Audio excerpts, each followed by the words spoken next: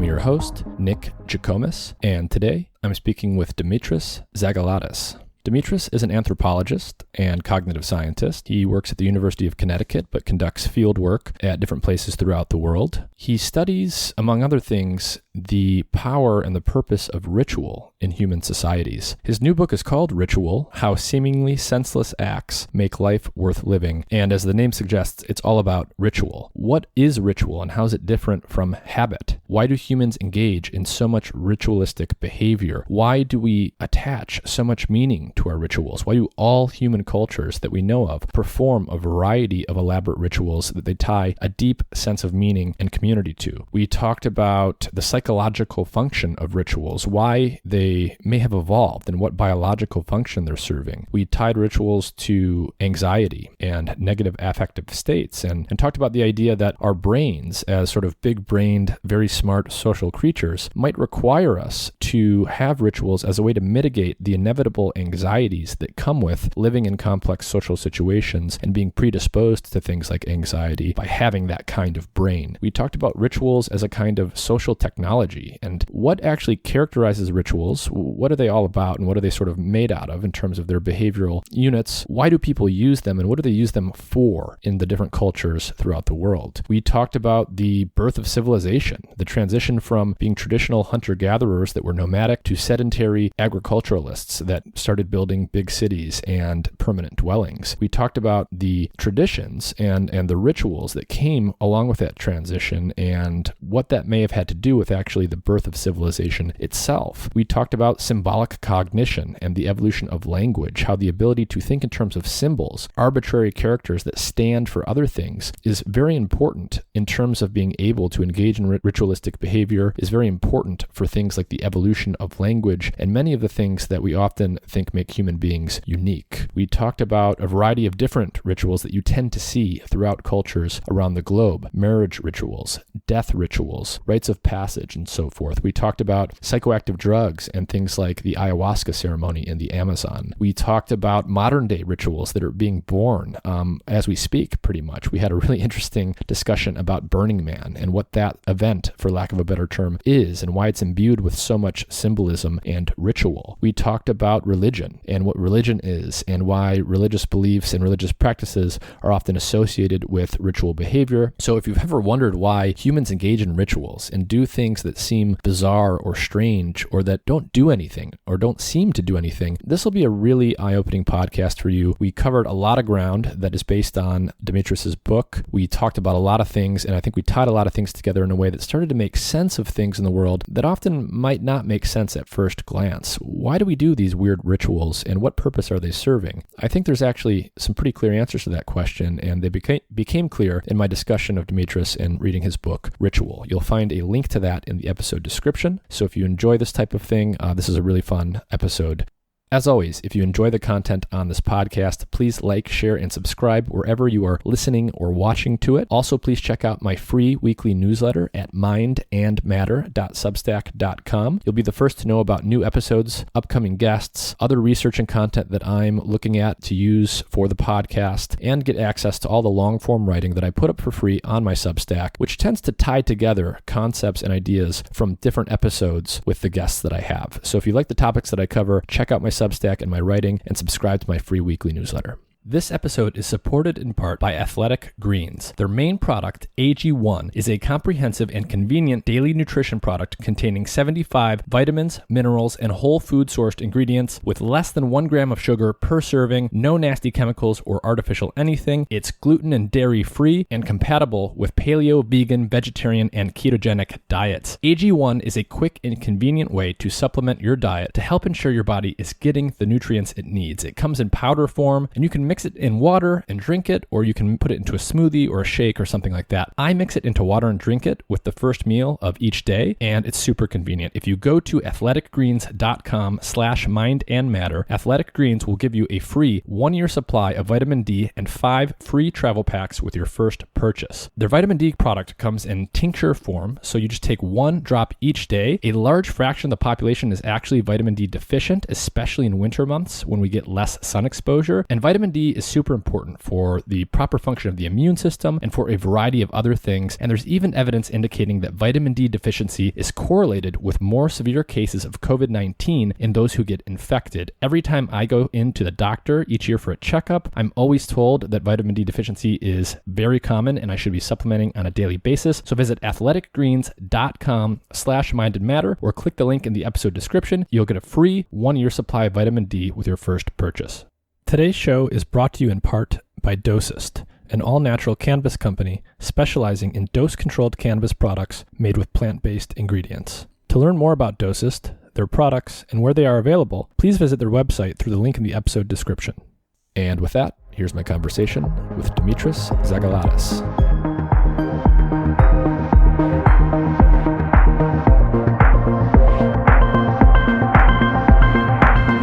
Dr. Dimitris Xygalatas, thank you for joining me. A pleasure to be here. Can you start off by just telling everyone a little bit about who you are and what kind of background you have? Yeah, I'm an anthropologist and I'm also a cognitive scientist. I'm one of those rare hybrids. I work at the University of Connecticut, where I'm affiliated with both the anthropology and the psychological sciences departments, and I run the experimental anthropology lab. Yeah, so what we're going to talk about today is going to be a lot of ideas and concepts that you explore in your new book called Ritual: How Seemingly Senseless Acts Make Life Worth Living. I read it in the past week or so.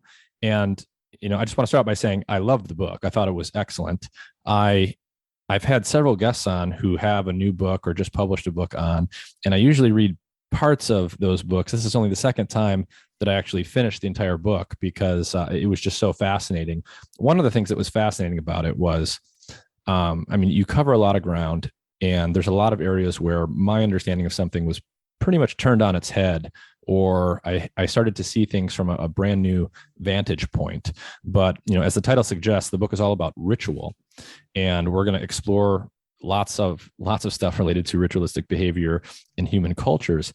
I thought we would just start with some of the basics here to get people grounded. Can you start off by describing the difference between habits and rituals and what characterizes each of these things? So obviously there are a lot of similarities between habits and rituals. Both involve repetition, something that becomes habitual.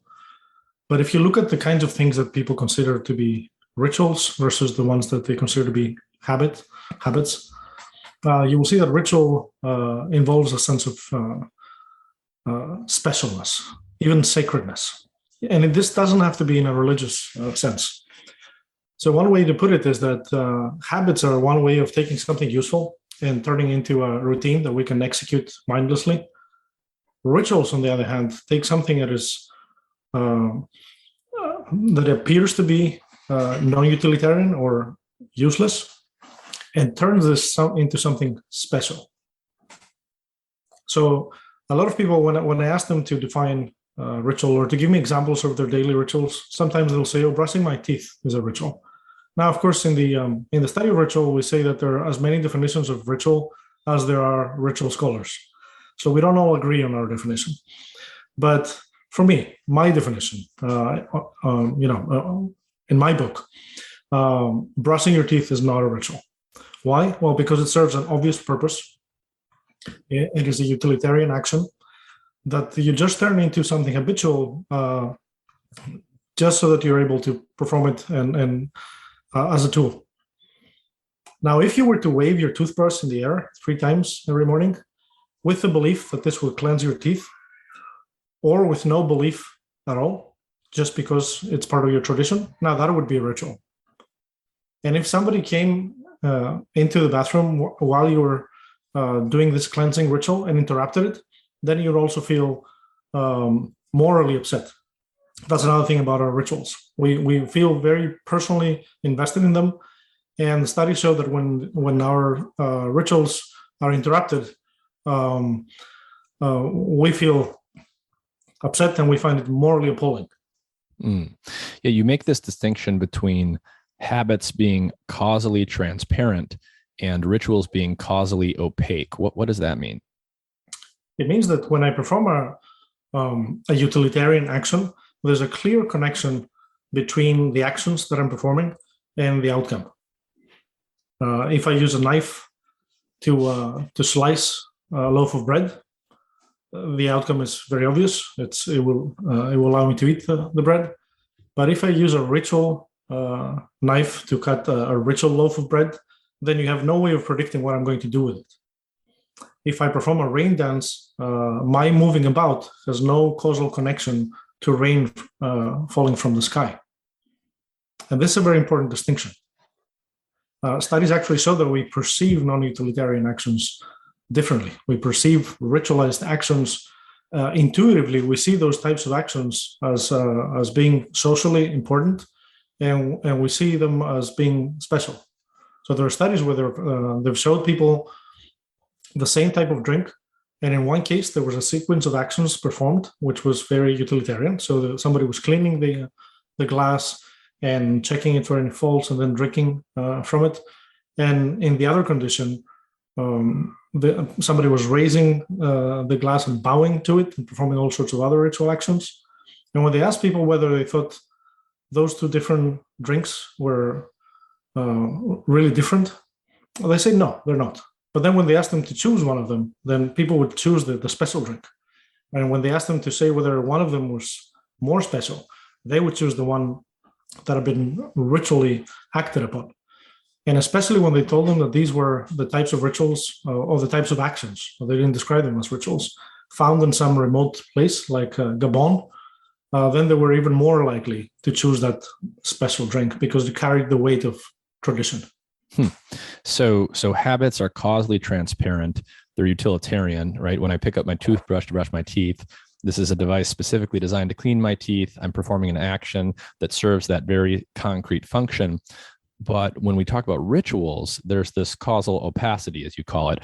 And an important component of this is symbolism. The ritual is involving behaviors that symbolize something else. And so what is the importance of symbolism in our ability to think symbolically when it comes to rituals?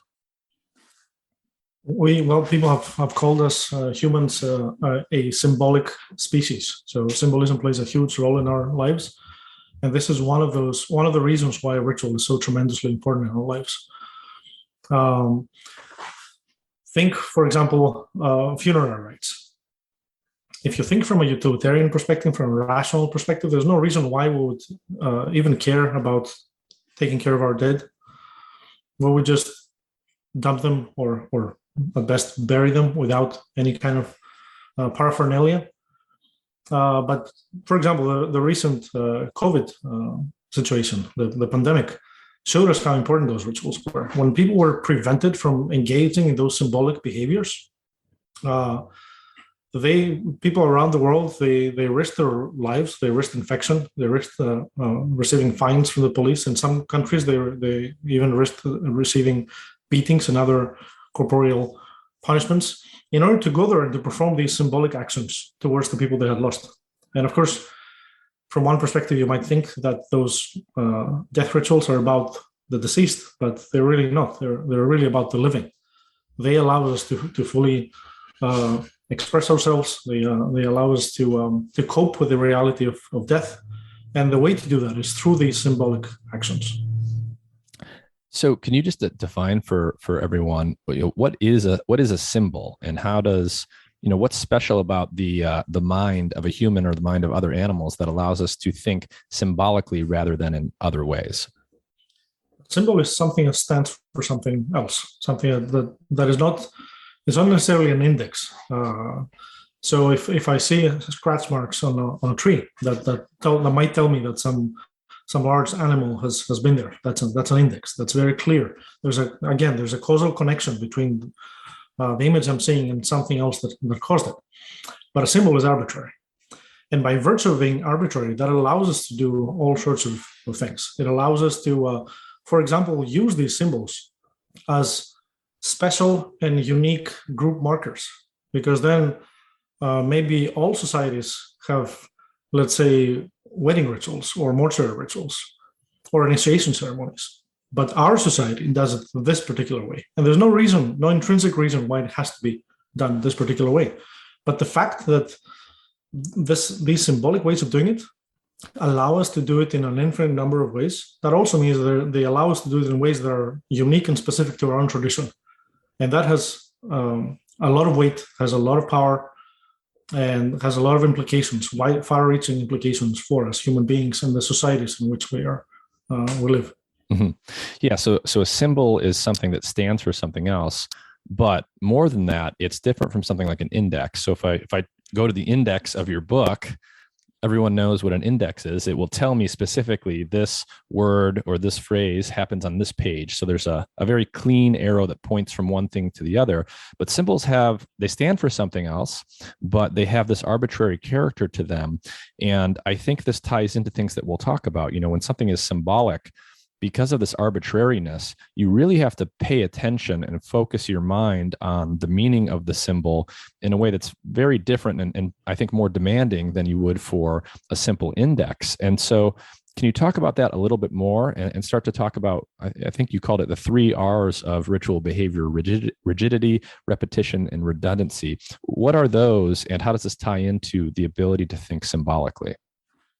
So when we look at ritual behavior across different domains, and those domains can vary tremendously. So scholars, I'm not the first one to notice this. For scholars for a long time across separate fields have noticed that there are these very different domains of behavior that have a lot of structural similarities. And those include animal behavior. They include certain conditions like obsessive compulsive behavior. They include individual ritualization, and they include cultural rituals. All of those things have some structure features in common. And those are things like repetition, rigidity, and redundancy. What does that mean? Ritual actions are repetitive. When Greek Orthodox Christians pass by a church, it's customary to cross yourself 3 times. Not once, but 3 times. That's internal repetition. A lot of rituals, there's some Hindu rituals that involve repeating a mantra hundreds of times or thousands of times. There is also periodic repetition. So some rituals, most rituals will be repeated once a week, once a month, once a year, once per generation. Rituals are also rigid. There's a sense that they have to be performed in exactly the same way. So there are these patterns of actions, and those pattern of actions must not be altered. Even when they are, the general sense is that they're not, and that they shouldn't be altered. So that's rigidity. And of course, we have redundancy. And that refers to the fact that even when ritual actions resemble some utilitarian actions, let's say you're performing a purification ritual. So washing my hands is an act that has a clear utilitarian purpose, cleaning them, right? But if I have to wash my hands in the context of a ritual, sometimes I might have to do it for hours or whatever else I'm performing. They go far beyond the functional requirements of that action. I see. Yeah, and that immediately reminds one of psychiatric conditions that involve excessive ritualization of behavior. So for example, OCD, someone might wash their hands to the point that they actually cut themselves and wear down their skin. They might, perform something over and over and over again for hours on end to the point where they're actually, it's problematic for the rest of their lives. So there seems to be kind of a predisposition for this kind of behavior, perhaps in various other animals, but especially in human beings. Is that your perception? Indeed. So we see people have pointed to this connection between OCD and cultural rituals, and we'll get to that. But throughout our lives, or from a developmental perspective, we see that I have a 2-year-old, and you might actually be hearing some of his crying in the background. Around this age, you really see that children start to become very ritualized. They have these obsessions with repetition, with routine, with regularity. They want the exact same thing done in the exact same way. If he sees me taking my shoes in a different way, he'll just object to it. He wants me to do things in the exact same way as they should be done.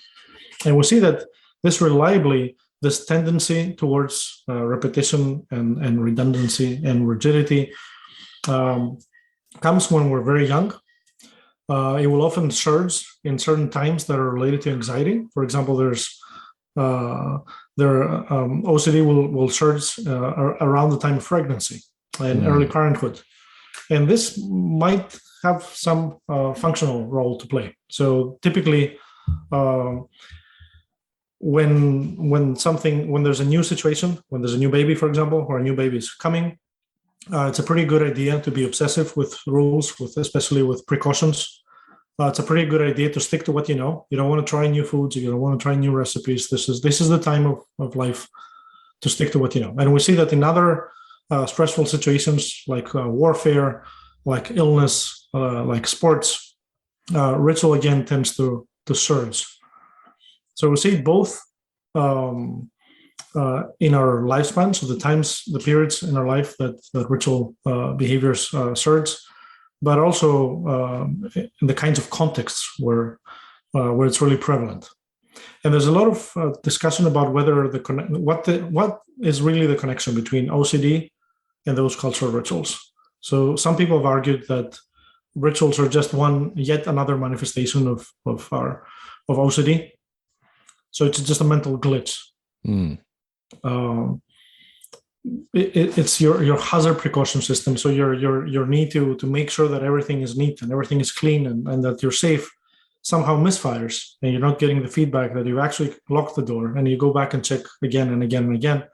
So they see ritual as being a mental glitch of this sort. Yeah.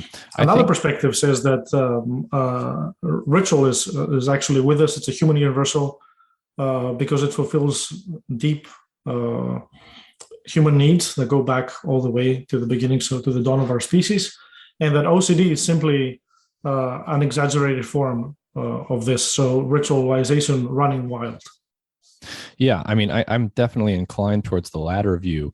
If you think like an evolutionary biologist about something like this, you notice that, from a developmental perspective, children readily learn rituals from others. They also spontaneously come up with their own rituals very early on in their cognitive development. And two, as you just alluded, ritualistic behavior is universal. So all human cultures have ritualistic behaviors of various kinds.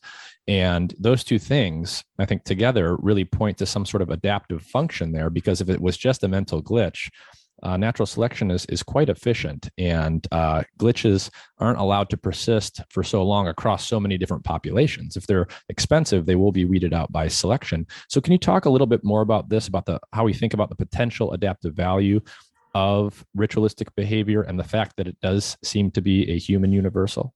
Yes. So what you described is exactly my line of reasoning. It's exactly my perspective. When we see some types of behaviors that are human universals, and they're not, anthropologists debate about human universals all the time. There's rarely any aspect of our lives that hasn't been challenged as a potentially universal feature. But everybody, I think, would agree that ritual is a true human universal. We have never known of any human society, whether past or present, that doesn't have these socially stipulated, repetitive kinds of rituals, the kinds of behaviors that we call rituals. So it's a human universal. It's been for us for as long as we know. We can find it phylogenetically going back. We can find it in other apes. We can find it in other mammals. It is omnipresent throughout the animal kingdom. Typically, we don't expect natural selection to allow these things to be as prevalent if they're useless or harmful.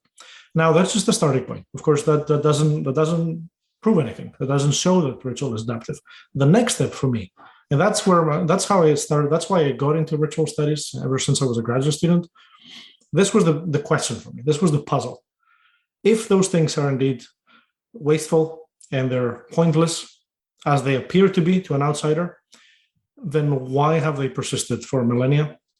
And why do we find them in all human societies? And by doing this research, so over 2 decades of doing this type of research, I have been able to identify very important functions for those behaviors, both at the individual and at the social level. And so, one of those functions that I think you alluded to a few moments ago is related to Well, it comes up when you think about when you see ritualism and when you see it expressed most strongly. And as you stated, a new parent, wartime, whenever there's uncertainty and the stakes are high, or there's some sort of anxiety provoking situation, you tend to see ritualistic behavior most prominently. And I wonder if there's this connection here between negative affective states like anxiety that are most commonly provoked by uncertain and stressful circumstances and ritual behavior. I did a recent podcast episode with the neuroscientist Joseph Ledoux, and we were talking about anxiety and consciousness and things. And, he basically said, well, anxiety may be the price that we pay for having such a large prefrontal cortex that allows us to plan for the future and anticipate things and perhaps even think symbolically. So is there a relationship here between ritualistic behavior and affective states like anxiety that our brains might specifically predispose us to? Absolutely. And I'm glad you brought this up. So in recent decades, neuroscientific views of the brain have changed. We used to think that our brains worked like computers, or at least like what computers used to be. So just information processors, input in, output out. Today, we think that our brains work like some very modern computers. And then this is no accident. That's because we've always tried to build computers based on our current understanding of our own brain. So now computers are all about prediction. And our current understanding of the brain is also that it's not just a data processing machine, it's a predictive machine. Some people call it the Bayesian brain. That means that our brain constantly tries to make guesses, to make informed inferences about the future. And it does that on the basis of contextual information, on the basis of prior information, so experience. And this is very important because from an evolutionary perspective, any kind of computational device will inevitably evolve towards this predictive capacity. Because unless you have, because a computational machine that has the capacity to use prior information to learn from experience in order to predict what's going to happen, will have an edge. So that's how our brain works. This might sound too abstract, so let's turn it into something more concrete. So one very specific example is the blind spot in our vision.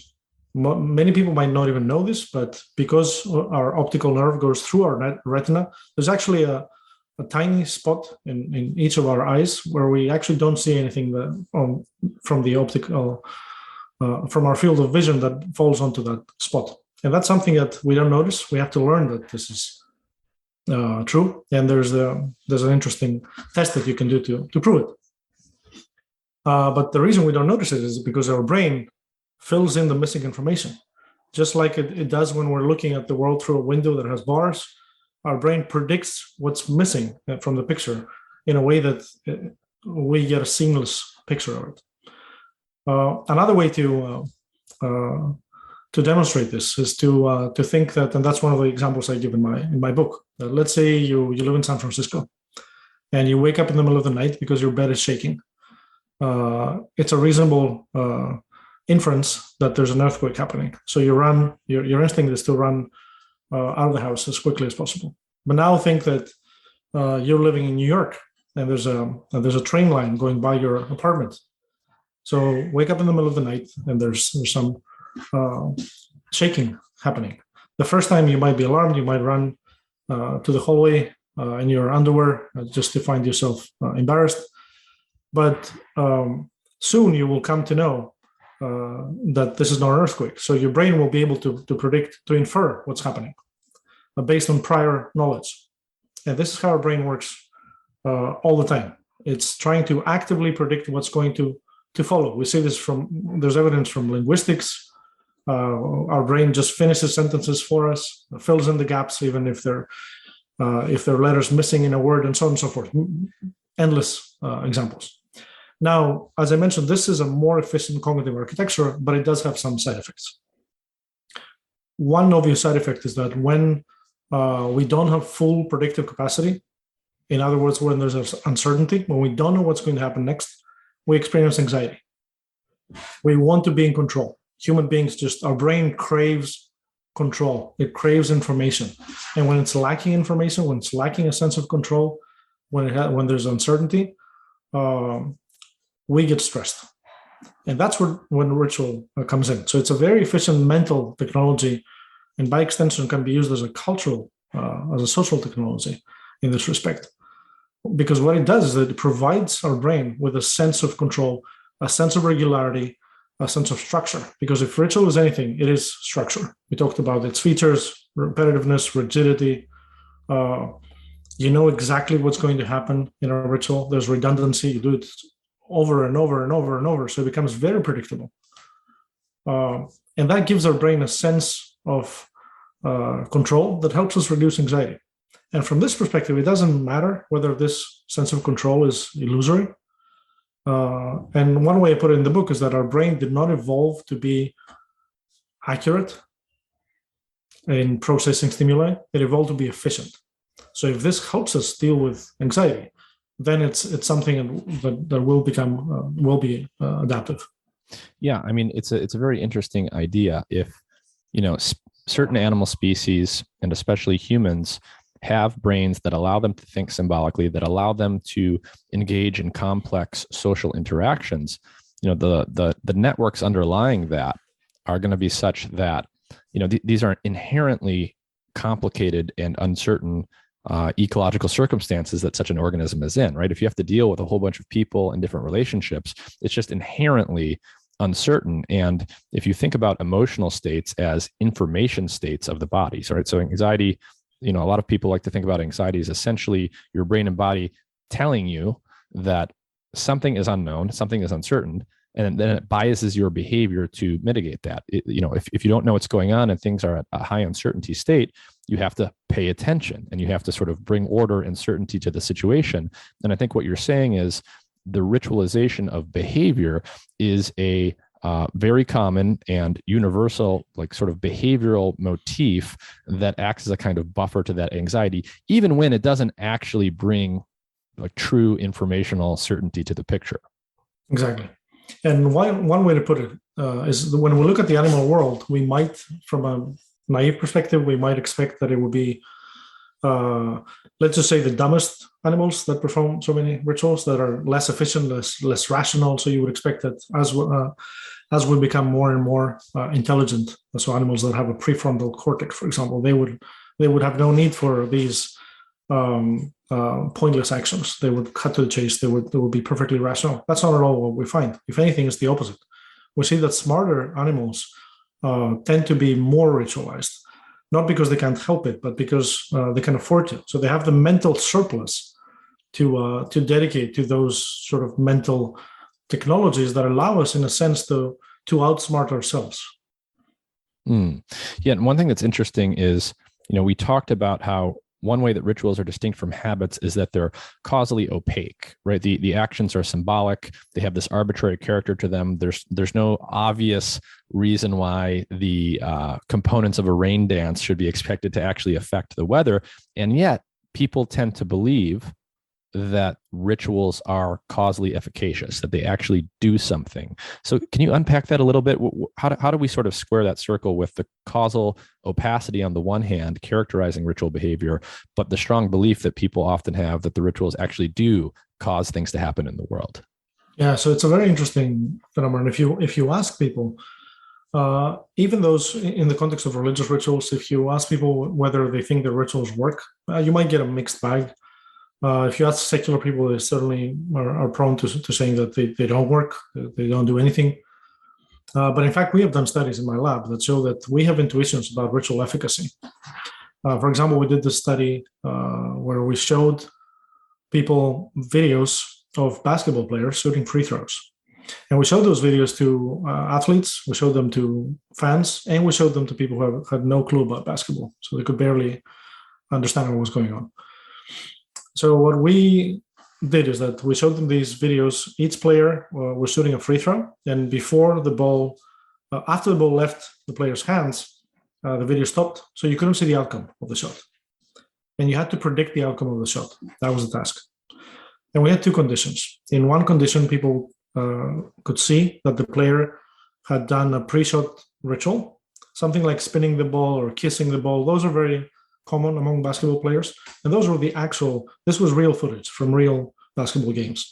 All of the shots that we showed them were actually successful, but they didn't know this. They just had to predict the outcome. And in the other condition, they just didn't see this ritualized movement. The camera would switch to another angle, so they didn't see the ritual. And we're finding that when a player had performed a pre-shot ritual, the spectators have an expectation that this shot is more likely to be successful.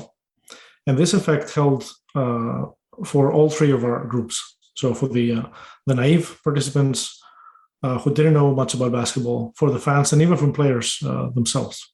So we seem to have this deep, and if you ask these people whether they believed that these pre-shot rituals actually influence the outcome, I'm pretty sure they would say no.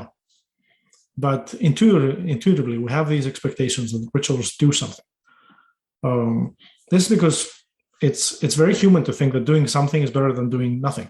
When we feel, again, it's another way of getting a feeling of control. When we feel helpless, when we're in the casino, for example, and we're gambling away our car or our house, and there's nothing that you can do about it. It's just a game of dice or the roulette, right? You have zero control.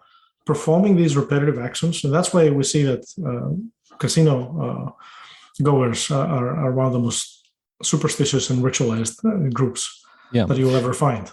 I mean, this is super interesting because when you think about the performance of the ritual and the fact that it has this arbitrary character. So let's take the free throw shooter in a basketball game as an example. Maybe they spin the ball, maybe they dribble the ball 2 times or 3 times, something very specific. Maybe they do something truly arbitrary. Maybe they adjust their socks every time and then dribble the ball twice and then spin it. What you're basically saying, I think, is on the one hand, this all seems very arbitrary, but when you stop and think about it, actually, from basically a cognitive science or neuroscience perspective, you're trying to actually perform an action with a goal, in this case, to make the free throw. You're always going to be at a stereotype distance from the net. Everything is standardized. And, when you talk about motor behavior like this, you want to execute it consistently in order to achieve the goal. And by actually performing a ritual, no matter what the ritual is, in the same way, every time you do this, right before you throw the shot, what you would actually be doing there from a neuroscience perspective is putting your brain and body into the exact same or very similar physiological state. So you're basically giving yourself a constant physiological baseline to work from. And that should actually allow you to become more consistently accurate in your free throw. And if we extend that further, and we think about something like the rain dance or some ritual related to gambling where, you truly have no control over the dice the same way that you have control over the basketball, even though there's no actual causal connection there from doing that behavior, at the very least, you're mitigating the anxiety that's going to be inherent in the situation. And so it's adaptive in either case, it seems. Yes. And we also have to think about the function of stress when we have this discussion. So stress is a good thing,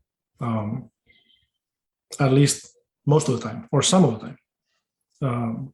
It evolved to be a good thing. It's a very good thing, actually. Stress, like pain, they're external motivators of behavior. When something important is about to go down, a little bit of stress will prepare you for action. Your body will prepare if it's a fight or flight situation. Your mind will prepare. You will get this tunnel vision, this focus. But give someone too much stress, and it immediately becomes maladaptive. Especially and we also have to think that our physiology evolved in a context that was radically different from the one we currently live in. Our modern world is much more stressful. People live in many people live far away from their social support networks, their core family and friends. They don't have those ways of mitigating anxiety that they would have in the past. The pace of life is much faster today. Things like social media also exaggerate those stressors that would have been present in early societies. So we need, more than ever, we need those kinds of ways of mitigating stress. and ritual is one of those types of activities that can provide that. So think of professional sports, for example. That's not something that you would have seen in early human societies. You would have seen things like warfare, which can be very, very similar. So now we have new needs, new reasons to be stressed. And I think today more than ever, we rely on ritual and ritualization for coping with these situations, whether we realize it or not. Yeah, no, this inverted U relationship between stress level and performance level is very interesting. For those that don't know, the idea is that, right, you sort of want a medium amount of stress in order to optimize performance. If you're at a very low stress level or a very high stress level, it's actually going to degrade your performance. Anyone who's experienced performance anxiety has experienced their performance go down when they're too stressed out. And when we start to put some of these things together, it's really making a lot of sense to me. So if you imagine the first game of the season in a basketball season versus the championship game is inherently more stressful. And as I think you pointed out in the book, when the stakes are higher in sports, when the game is more meaningful, like in a championship game, you see more frequent and more intense ritual behavior. And it all really seems to fit together, right? If you're in the championship game, stakes are highest, stress level is going to be highest, and you're going to want more intense ritualistic behavior because you're going to move yourself from that super high stress, low performance part of the curve to that more medium level part of the curve by having the ritual actually take down your anxiety levels to that sort of middle ground where performance is going to be highest. Exactly. And another related thing that you see, which is also very interesting and very telling, is that studies show that top level athletes, they actually have more rituals. You might expect the opposite to be true. So you might think that the better somebody is in whatever it is that they do, the less stressed they would be, or the more they would rely on personal skill and less on superstition or whatever you want to call it. But in fact, studies show that top athletes have more rituals. Why? Well, because they compete for higher stakes. Yeah, so very famous people like Rafa Nadal. I spent in my book, I think, a full page describing his pre-game or the rituals that he performs pre and during the game. And if somebody only described this behavior outside of any context, you would think that this is a medical description of somebody suffering from OCD. Mm-hmm. But it seems to work for him. Yeah. And so earlier we talked about the 3 R's of ritual behavior: rigidity, repetition, and redundancy. You also said something interesting that I want you to unpack for people. You referred to rituals as a kind of social or cultural technology. So what does that mean for something to be a social technology? It means that groups of people, or societies, they take advantage of those mental capacities or propensity towards ritualization in order to turn them into tools and mechanisms that help collective goals. So they help people coordinate their actions, they help them bond with each other, and they help them act as one. So they're more efficient teams. And, when we think about group ritual behavior, so ritual behavior is a human universal. In general, in the abstract, there's always ritual behaviors in every single culture we look at, but they can be very different from each other. Nonetheless, right, there are some common, more specific forms of ritual behavior, especially around things like marriage and death. So can you maybe let's just start with marriage. Why are marriage rituals so powerful and so pervasive and common across all human cultures, even though they vary in their details?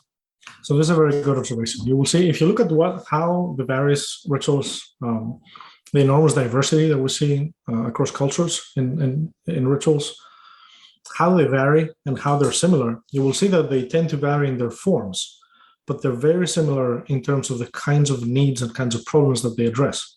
So as you mentioned, every society pretty much that we know has some form of marriage ceremonies. Those are very important because they create a sense of fictive kinship, which in turn allows, it's very important for the core family, of course, for establishing pair bonds and for helping this couple who are presumably going to be raising children together act as one unit. But they also establish relationships between groups of people, between families. A wedding ritual doesn't bring together only a couple. It also brings together 2 extended families who now become kin. They have this sense of fictive kinship. And sometimes this can be explicitly said.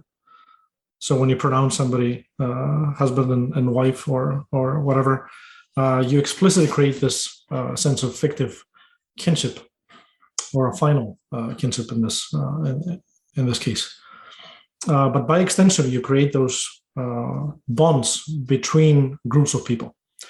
In my home country, fictive kin networks have been very important, as they have been in, let's say, in parts of Latin America and many other parts of the world. There are a lot of anecdotes in Greece about politicians who used to create these fictive kinship networks by baptizing hundreds of children.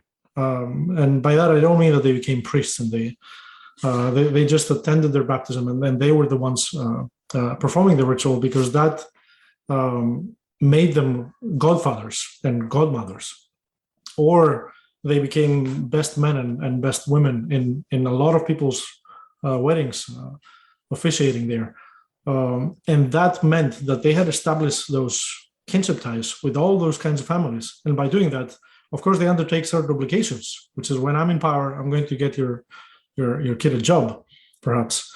But that also means that they ensure the loyalty of this family. So this family is going to vote for that person from now on and forever, because they have established this fictive kinship relationship. And this is something that, in a contemporary context, it might sound funny, but in the course of human history, that has been one of the main ways of groups of people and extended families of relating to each other. And history is full of those examples of how even different countries would change their entire diplomatic relationships based on one wedding of two royal offspring, or how tribes would come together and manage to avoid bloodshed by performing a wedding ritual. So they have played a tremendous role in human history. Yeah, and it would seem that the capacity for symbolism and to think symbolically is necessary to actually carry out these forms of ritual and to create these sort of fictive kin networks. Again, if we think in evolutionary terms, if we think in strict evolutionary terms, animals will pretty much always devote more resources and expend more effort, protecting and cooperating with their genetic kin, literally the people that you're genetically related to. But in humans, especially, we have these large-scale societies that we formed. We have these sometimes very large non-kin networks, and it seems to be related to what you were just talking about. Even though I might not be genetically related to you with the same distance, the same level of closeness as my actual brothers and sisters and fathers and cousins, I can create a fictive sense of kinship by engaging in rituals. And all of this requires whatever the brain networks are in a human being that allow us to think symbolically. And that really opens up the adaptive gates, if you will, because now I can cooperate with a much larger number of people because I'm not strictly limited to those that I'm very closely genetically related to. Is that how you maybe start to think about it? Absolutely. So that's one of the main ways of rituals bringing those cohesive effects about, is by promoting what we call phenotypic matching. That means that phenotypes and genotypes, they tend to be highly correlated. So two individuals that look very similar to each other, they're more likely to be genetically related than two individuals who look very different. We make those inferences all the time, and we're not the only animal that makes those differences. There are studies, for example, showing that parents, especially fathers, they favor children who look more physically like them compared to those who don't. So rituals have a host of ways, a host of mechanisms to induce this sense of phenotypic matching in us. Think about the way people take part in a collective ritual. And when they do, the first thing you see is that those people will tend to look similar because they're all wearing the same clothes, they're wearing the same masks, they're wearing the same body paint or whatever symbolic insignia they might have, because they move in similar ways, so they move in synchrony, or because they go through the same experiences. And sometimes those can be very emotionally arousing experiences. And again, the people in the course of our lives with whom we go through the most arousing experiences, so the highs and the lows, from the happiest day of your life to the biggest tragedy you ever experienced, the people you share those things with typically are your close family. So by taking a group of people through those experiences together, rituals manage to induce this sense in our minds that we are actually family. And this is why it's not an accident that you see in so many ritual traditions, people call each other brothers and sisters. Mm. Yeah, that makes a lot of sense. It's also striking that, whether we're talking about marriage rituals or death rituals or rites of passage, the rituals seem to always, not always, but often and most strongly be tied to periods of transition in life. It could be a very clear sort of pure biological transition, going from being alive to being dead. It could be a social transition, like going from being single to being married, or it could be a developmental transition, like entering adolescence and becoming reproductively viable. But what they all have in common is they're these kind of developmental social transition points, which are going to come with a lot of change and presumably a lot of uncertainty, and they're all highly ritualized. So how do you start to think about the fact that it's these sort of developmental transition points where we see ritualization the most? Does that tie back into what we were talking about previously about uncertainty and change and anxiety mitigation?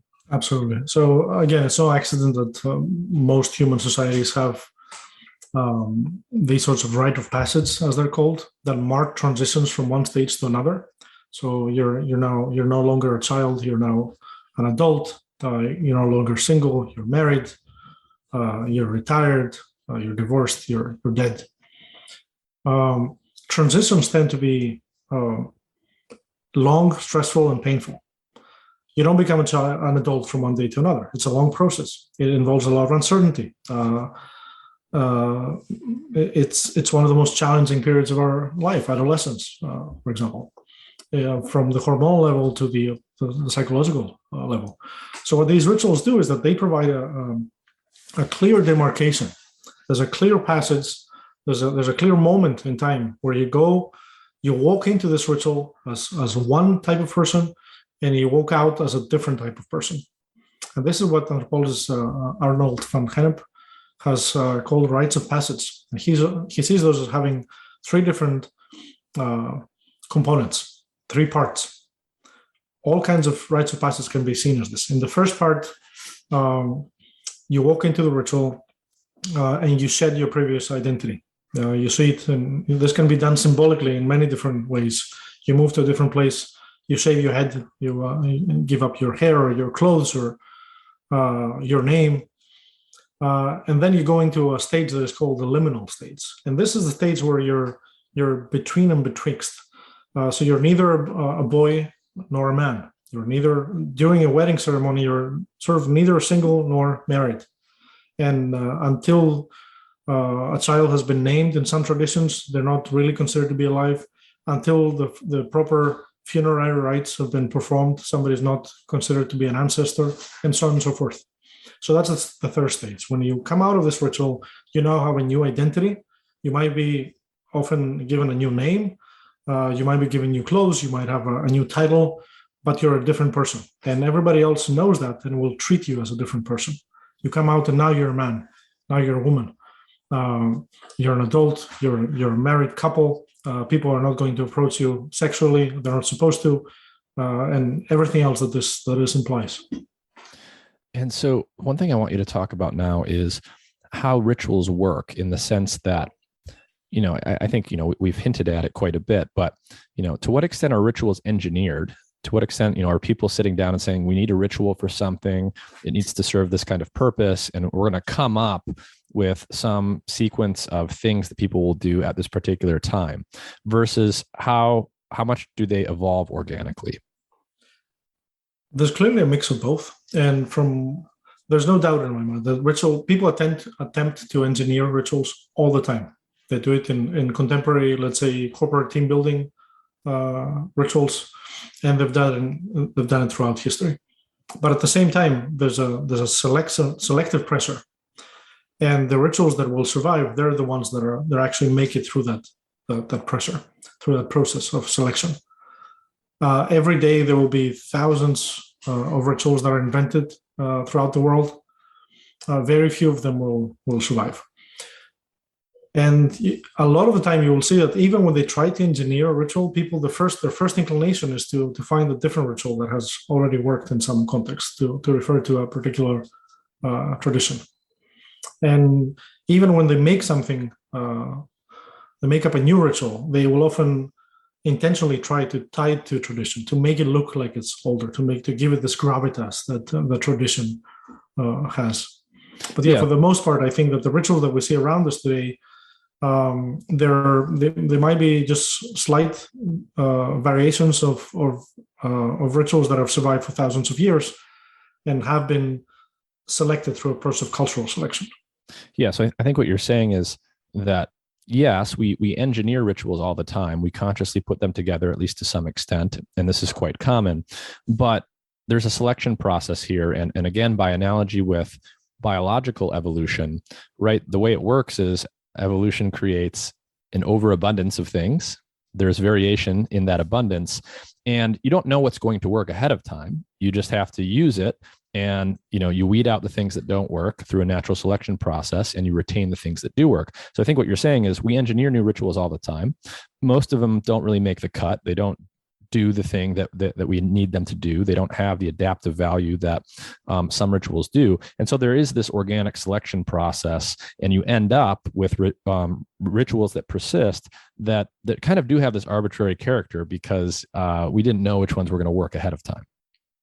Yes, absolutely. And you can see this in many different domains of life. Right? I'm sure that if you look at how different culinary recipes work, what are some of the most popular dishes around the world? Of course, at some point, every recipe has been engineered, but then only the ones that are the most popular will survive.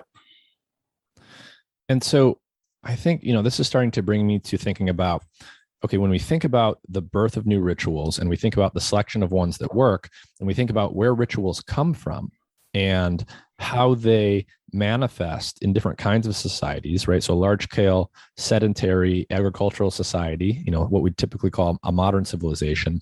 And then you can also think about them in the context of traditional hunter-gatherer societies.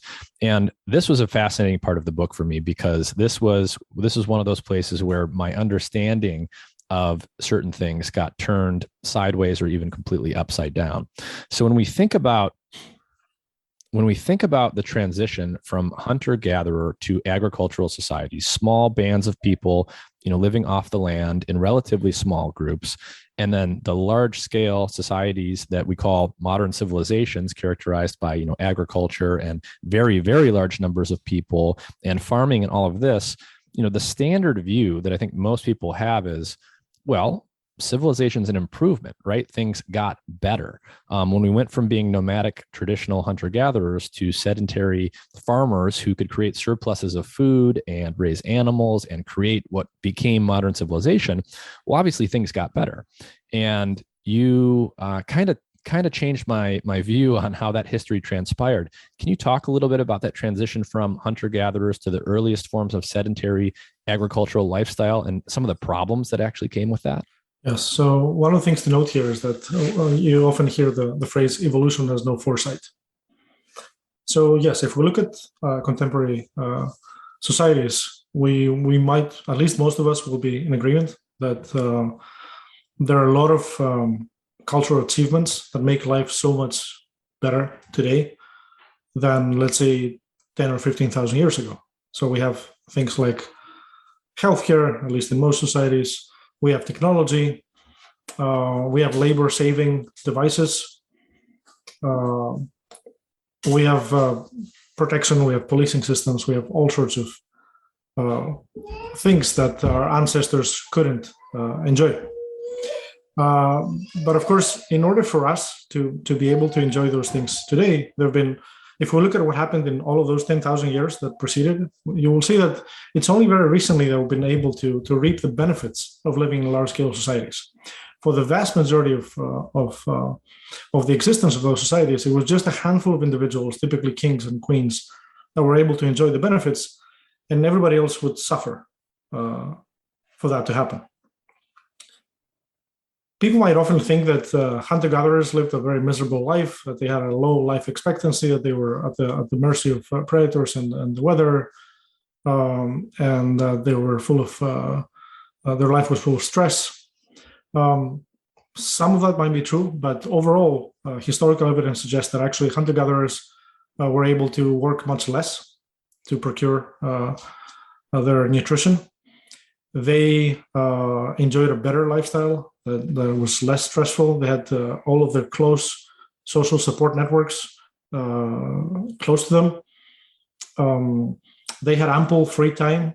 They had time for entertainment and a lot of virtual activities. They exercised more, and they actually lived longer. As soon as people settled down and started growing crops, then what you see is that first of all, the nutrition worsened by a lot. Archaeological evidence suggests that they start losing the enamel of their teeth because their diet is now much poorer. They rely on grain or other crops too much. The average height dropped by about 10 centimeters and actually didn't bounce back until the beginning of the last century. You see all kinds of viruses jumping to humans from other animals because now they live in close proximity with those animals. Sometimes they share the household with them, which means also that they're exposed to their feces. Up until just a few centuries ago, London was full of excrement, and the Thames and other big rivers and major cities were full of excrement. And people would, once a day, a bell would strike and everybody would just throw the bucket outside the window. That's what life in those early industrial cities was like. Burning coal created so much pollution, and so on and so forth. So they were another major thing that happened is that for the first time now, you had ways of producing and storing a surplus. So you can produce a lot of grain. Hunter-gatherers obviously didn't have any food surplus because they moved around. Agriculturalists now could have a surplus. But the first thing that means is that once you have that surplus, then now you need to defend that surplus. And in order to defend that surplus, you need to produce more and more to feed militaries, to feed those who are going to build walls and weapons, to have a permanent military. And of course, you're under constant threat of raiding and invasion. Another thing that happened is that people started having many more children, just because they could afford to, because they were more or less mobile. But very few of them made it into adulthood. So child mortality increased terribly. And so this romantic idea that suddenly our ancestors switched to a sedentary lifestyle, and this set them up to enjoy all the benefits of civilization, that's a myth. It took us about 10,000 years to reach a point where we can actually enjoy the sacrifices of so many generations whose lives really became much more miserable by living an agricultural life. Yeah, I mean, it was striking for me to learn about some of the immediate physical and physiological deficits that people experience when they transition to those earliest forms of sedentary agricultural life. You know, you mentioned that the average height dropped by something like 4 inches. There were literal morphological changes to the human form. Health and exposure to disease got worse. And I mean, it was striking partly because, you know, we look at like American and so-called developed societies today, we see, you know, obesity rates on the rise, diabetes rates on the rise, more cardiovascular disease. And we think of that as a very, very modern thing. Like it's the result of, you know, eating too much processed food and stuff. And that may be true, but what I didn't realize is that whole thing, that whole sort of trajectory of negative health consequences started right from the beginning of sedentary life. Absolutely. So this now creates another big puzzle, which is why? Why would people give up the comforts? Or, well, again, I don't want to idealize hunter-gatherers and to say that they enjoyed a very comfortable lifestyle. No, they had their own stressors, and of course, they had to deal with a lot of environmental challenges and a lot of uncertainty themselves. But all evidence points to the fact that agricultural life was much worse. So why? Why did people do this? Mm-hmm. Yeah, one of the things I would love to talk about now is that transition from hunter-gatherer, nomadic, sort of traditional lifestyles to sedentary, agricultural, birth of civilization stuff, and what was actually driving that. And this is not my field of study, but it's fascinating. I think most people are fascinated by it. Like, why did civilization start and why did it grow into what it is today? And I know that there's a lot of diversity of thought and debate here, in terms of which way different causal arrows point. So, for example, did we need to come up with new religious rituals and develop monotheism for large-scale societies to develop? Or did large-scale societies develop for some other reason, and those sort of religious changes were a consequence of that, to just give one example? And at this part of the book, you quote a man named Klaus Schmidt, who takes an interesting view on this. And the quote that I loved is, he said, "First came the temple, then the city," implying that there was some kind of group, ritual, religious thing that happened that enabled civilizations and cities to grow only after that first step happened. And I would love if you could unpack that quote for us and perhaps talk about that in the context of Göbekli Tepe. Yes. So the established wisdom for a long time has been that it was the material base that came first, and all of these other higher things followed in the transition towards a sedentary lifestyle, meaning that nomadic populations at some point figured out that by growing their crops and staying nearby to tend to their crops, they can have a surplus of food, and therefore they can prosper. And that allowed them to just sit back and enjoy some other privileges, and let's say afford to have a permanent clergy or things like artists and philosophers, and from that follow all sorts of other things. So that was what allowed them to have these large-scale rituals, those religious beliefs, and so on. Now, this view was seriously challenged when a group of archaeologists led by Klaus Schmidt unearthed Göbekli Tepe, and this is a Neolithic site in present-day Turkey, close to the Syrian border, which seems to be something. It appeared to be something unique, and now we know more sites like it. What they found there, at some point, this was discovered and then abandoned, as they thought it was a Byzantine cemetery, because they found the tops of these gigantic pillars, but they just thought they were tombstones. But then when Schmidt, this German archaeologist, came across it, he realized that he had found something much more important. So what happened in this site is that you have at least 20 large circular sites that could be described as temples, and each one of them has these T-shaped pillars that are just enormous. Each one of them can weigh up to 20 tons. They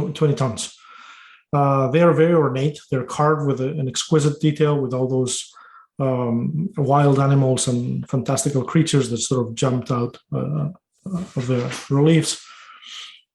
This was clearly a monumental site. It was clearly a ritual site.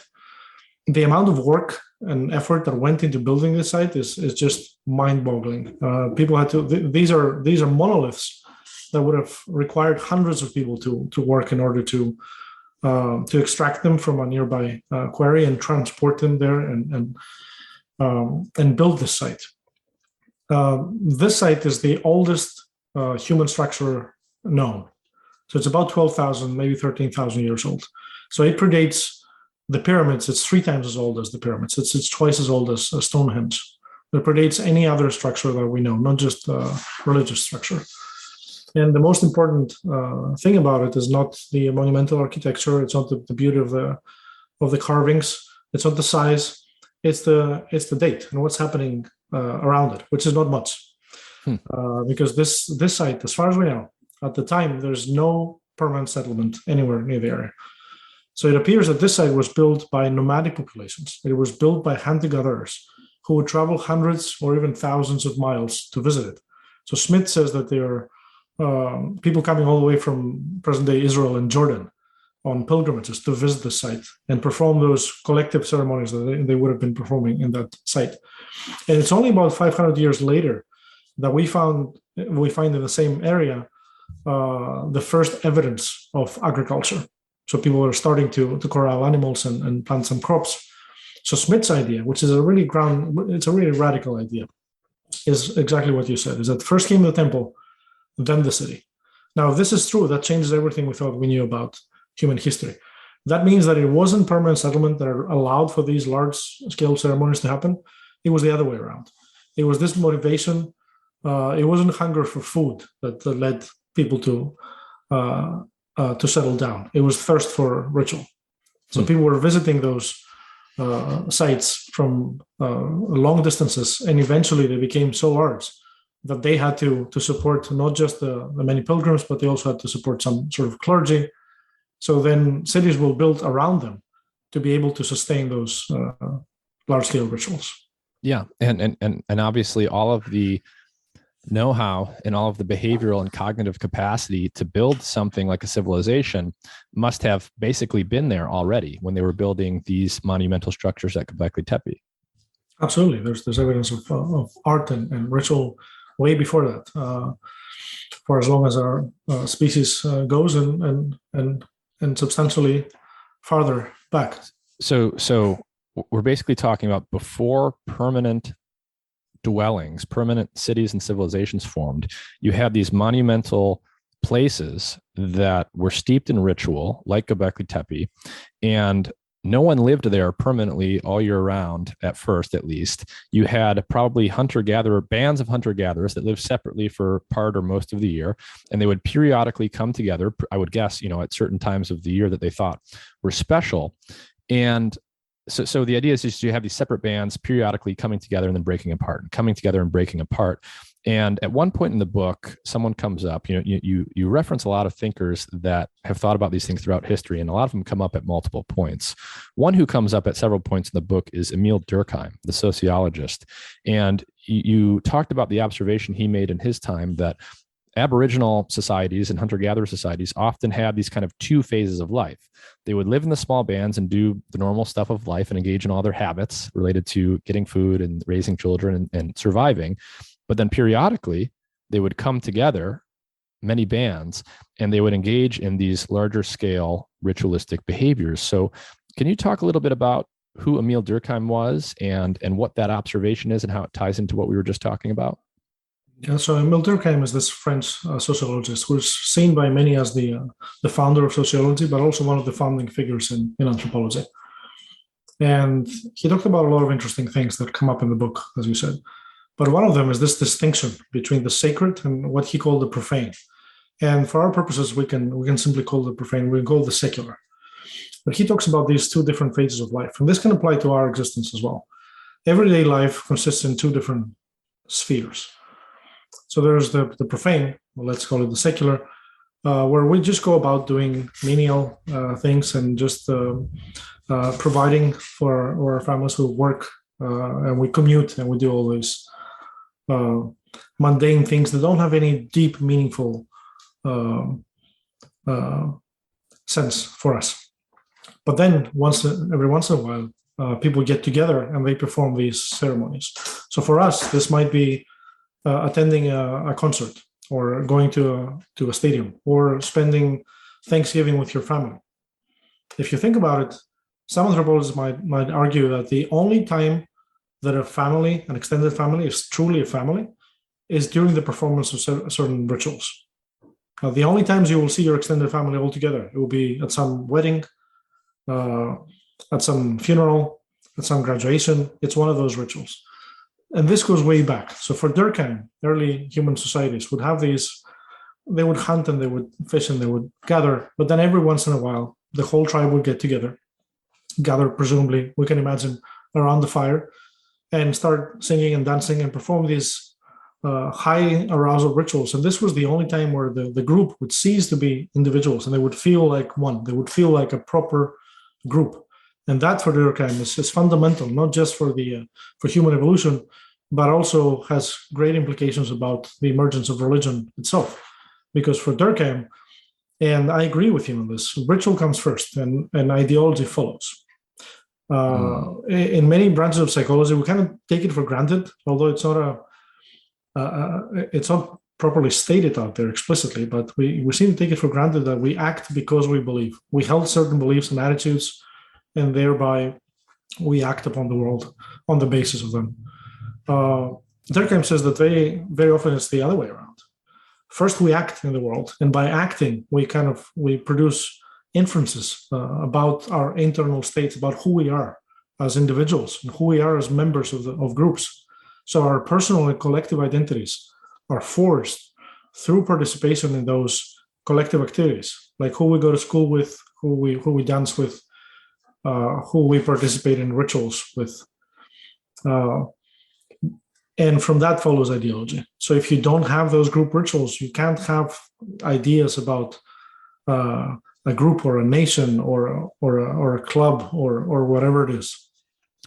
Yeah, I mean, I'm fascinated by this idea that rituals are powerful in the sense that they are literally changing our physiological states, and they're literally in many cases psychoactive experiences. They change how our mind is in the moment we're participating in the ritual compared to the more ordinary modes of life, right? So again, the distinction between the sacred and the profane. When we're engaged with the sacred, when we're engaged in these communal ritual behaviors, it literally changes our physiology, and it literally has psychoactive effects.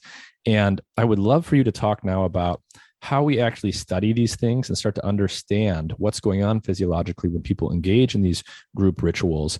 And a great episode in the book on that was your studies of heart rate synchrony in people engaged in these firewalking rituals. So can you walk people through that and how you actually conducted that type of study? Yes. So this type of study was designed specifically to test some of Durkheim's claims. For about 100 years, anthropologists have been talking about this feeling that they call collective effervescence. It comes from Durkheim himself, and he describes how people would come together and participate in those collective ceremonies. And he said something like, just by virtue of being together and acting together, people feel like they act as one and they feel as one. And he described collective effervescence as this feeling of electricity that permeates the members of a group when they come together to enact those rituals. You might have experienced this when going to, let's say, a sports stadium, chanting together with 50,000 people. You might get goosebumps at the back of your neck. That's collective effervescence. Or when you dance together at a concert with a large group of people, and you experience this as a transformational, sort of ecstatic moment. If you take part in a massive demonstration, and you're marching for a common goal, and you're all chanting together, again, you might get goosebumps. That's the kind of feeling that Durkheim had in mind. And that's the kind of feeling that, for him, transforms individuals into a single entity. So it's a feeling of oneness and togetherness.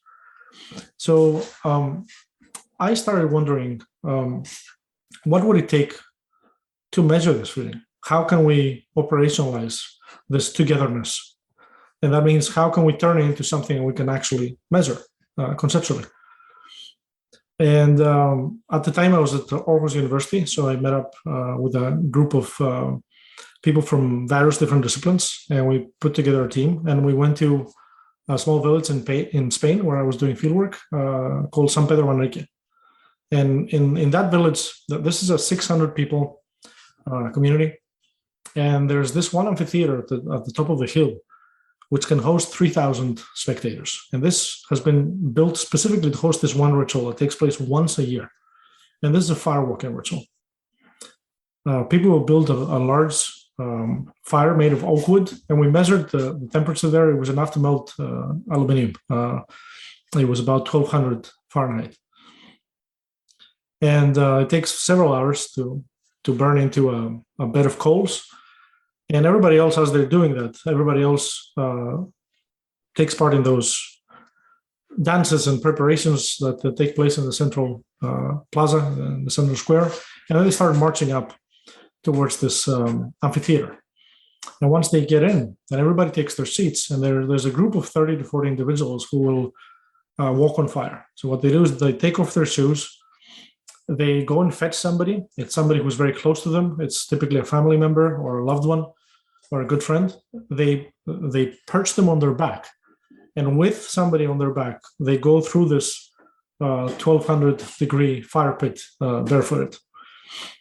This is something that has to be seen to be believed, but that is the ritual. So this was the context in which my colleagues and I decided to bring our measurements. And we thought, if Durkheim is right, if people have this feeling of connectedness, and by the way, through my ethnography, through talking to these people, I could see that none of them had read Durkheim, but this would come up all the time. So when I asked them to describe what it's like, they would say things like, "There's 3,000 people there, but you feel like you're one with the crowd." There's this feeling of togetherness, and they would talk about identity. They would talk about how once you've done this, everybody becomes your brother, even if they were your enemies before. You've been through this together. So it was this feeling of oneness and togetherness that we wanted to quantify. And we thought that if this is truly something that happens, it should leave a signature at the physiological level. So we should be able to measure emotional reactions by looking at the autonomic nervous system. So specifically looking at heart rates. So we took some heart rate monitors, and we went into that site, and we placed them on both firewalkers and spectators. So those walking across the coals and those just sitting there and watching. People were involved in different activities as well. And we thought that if Durkheim is right, then we should see that their heart rates would synchronize. And that's exactly what we see. First of all, we see an extraordinary degree of synchrony there in the heart rates. But this was not indiscriminate. This did not happen for everybody. We mapped the social network of the village. So we asked everybody in our sample to list their closest people by genetic and social proximity, their closest friends, their relatives, and so on. And then we saw that the closer this social proximity, the stronger the physiological synchrony.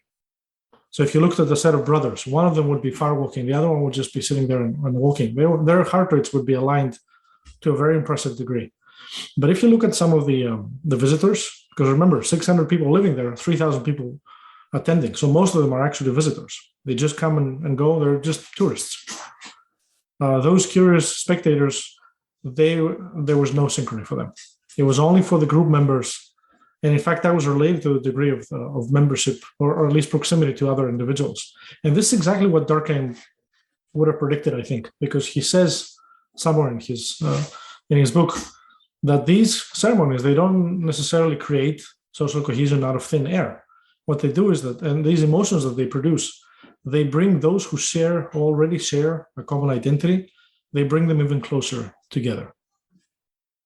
And now there have been similar studies that actually show this at the neurological level. Yeah, and one thing that was remarkable, one of your observations, I think, with this was, I think you said in the book that people would walk across the fire, and you would ask them to describe their mindset, their mental state as they did that. And, they basically described it as being in a flow state or something. They were calm, they were focused, they were completely in the moment. And you measured their heart rates, but their heart rates were like through the roof, to the point where if you saw this in another context, you would think the person was having a heart attack or something. So can you comment on that discrepancy and what that might point to? Yes. So there's this phenomenon called flow. There's this psychologist called Mihaly Csikszentmihalyi. His name is impossible to pronounce, so I'm sure I've slaughtered it. But he came up with the concept of flow. And he talks about this feeling of being so immersed in an activity that nothing else matters. We get this tunnel vision. That's what you get with fighter pilots. That's what they report. Sometimes when practicing a craft or even engaged in sexual activity, you might get so much sucked into the moment that you lose sense of time. Things either fly by or they slow down. It's like going in slow motion. We've all experienced something like that. Some people might play video games and experience this. But I think that's what I discuss in the book, that there's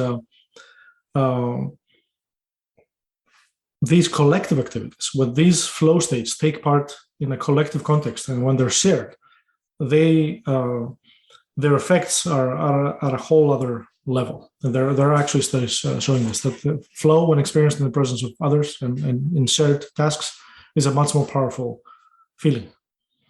So phenomenologically, which means that based on people's lived experience and what they describe, how they describe that experience, that exactly fits this concept of flow. So they describe this as time slowing down for them as they walk through the fire, it lasts a few seconds, but it feels like it lasts for minutes. You don't see anything around you. You know there are 3,000 people around you, but it's just you and the fire. Somebody told me. I actually did the firework myself, and that was exactly my experience. Even though I was not a local, time slowed down for me, and I had this tunnel vision effect as well. And then, of course, all the physiological arousal, even when we don't actually realize it. So one of the interesting things that we found in Spain is that people, when I asked people to estimate their own physiological arousal, and they knew what I meant because they were wearing heart rate monitors. Everybody in my sample said it was the calmest I've ever been. So it felt like a meditative state, which is another point that sometimes hypoarousal and hyperarousal in the context of rituals can have similar effects. But our measurements found that some of them had 220 beats per minute. Those were levels that I never thought were possible, wow. 240. 80% of them crossed the medically accepted level of arousal. So those were heart attack levels. And they felt as calm as ever. So yeah, you can get these profound physiological effects, and they're bundled up with these profound psychoactive effects. People go into these mental states that they just don't ordinarily go into. I'm fascinated by the fact that, you know, participation in these group rituals has these physiological effects, including psychoactive effects. One thing that immediately gets me thinking about is another kind of ritual that's very common across many human cultures, goes back deep in our history. I'm not sure you got into this in the book specifically, but there's a lot of very ornate rituals tied to the ingestion of psychoactive substances themselves. And I want to set up one example that I've been thinking about for people that don't know and kind of get your take on it. So as some people will know, in the Amazon rainforest for, I think, thousands of years, shamans in different cultures there have been brewing ayahuasca. And ayahuasca is it's a brew. It's a cauldron filled with plant material that has various ingredients. The two key ingredients are, one, a plant which contains the psychedelic tryptamine DMT, which is a very potent hallucinogen. And key ingredient number two is a plant that contains a monoamine oxidase inhibitor, an enzyme that renders the DMT orally active, such that when you swallow the brew, the DMT is not chopped up by enzymes in your digestive tract. It's absorbed into your bloodstream, and you have this extremely vivid, extremely powerful hallucinatory experience. And there's an elaborate ritual around it, right? You get together with a group of people. It's led by a shaman. They're typically singing certain songs. They're administering the concoction in a particular way. It's a highly ritualized thing, and people describe this as being very transformative, not only from themselves at sort of a psychological, spiritual level, but, you know, we know now that DMT and ayahuasca potentially have genuine medical value in the sort of modern Western sense. And these things are being studied in the clinic in different ways today. Now, what's interesting about this to me is that not only do you have this powerful psychedelic and this powerful experience that people report extraordinary outcomes from with regard to, you know, depression, addiction, and just, you know, general life quality, but my understanding is that certain components of the ayahuasca brew probably also have another kind of genuine biological effect that would have clear adaptive value for someone living in the middle of the rainforest. And that is, they have anti-parasitic properties. Now, I'm a little murky on the details, but if that's true, you know, it makes a lot of sense why something like that would evolve and persist in a culture located in the Amazon, where you've got a lot of jungle parasites and jungle bugs that you're constantly going to be exposed to. And so it would seem that if somehow someone discovered that you mix these plants together, it has this amazing psychedelic effect. They created elaborate rituals around it. Presumably, the cultures that created this have no direct knowledge that it has this anti-parasitic effect. Presumably, they didn't go and extract chemicals one at a time from plants and test them against different parasites and worms and things. And so it gets to this idea of causal opacity, that people believe it has a causal effect in the world. And in the ayahuasca ritual, right, you talk about communing with ancestor spirits, and it's kind of got all of that flavor around it. And it's possible in this case that, you know, at the same time that you have that sort of ritual and that sort of religious or spiritual understanding that gets built up around why you do the ritual, you actually do have this other very concrete adaptive biological function being performed and those things sort of tie together to help us understand how something so elaborate could evolve and persist that people have no conscious awareness of the actual concrete adaptive value that it is in fact serving. Does that make sense to you? And more generally, how do you think about rituals around psychoactive? And a lot of anthropologists, especially in the materialist tradition, have made certain claims of that kind. And here's what, again, where we talk about cultural selection. Now we're talking about cultural evolution, because it's not so. Perhaps in an environment like the Amazon, somebody taking a drug that will have antiparasitic capacities would be more likely to survive. But that doesn't necessarily mean that there's been enough time to change our biological evolution. Mm-hmm. It does mean, however, that those practices that involve those components are more likely to be selected themselves. Mm. Similarly, if you live in the Middle East, some anthropologists have argued maybe it's not keeping pigs, it's not the most efficient way of farming, or maybe there are health issues involved with parasite transmission. So a taboo against those consuming certain foods is the same principle. Will eventually be selected in the course of cultural selection, and a lot of rituals work in those kinds of ways. But you also bring up something else that I think is very interesting, that hallucinogenic drugs and all kinds of other substances are very commonly found across many cultures. And they are selected for, they have survived those practices because they might have specific functions. But another interesting thing is that what can be induced pharmacologically. So in this case, the ritual is just people's way of ingesting something that has value in itself. But a lot of the time we see that what the same pharmacological effects can actually be achieved through physiological stimulation in a lot of cases. Mm. So first of all, hallucinations, when to the extent that people hallucinate, and then that might have effects such as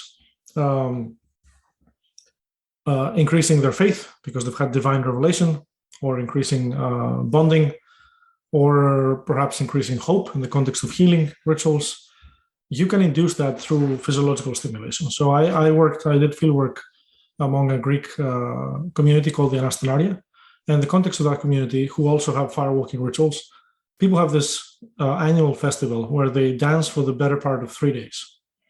So it involves a lot of exhaustion. They dance for a couple of hours, they stop, they dance again.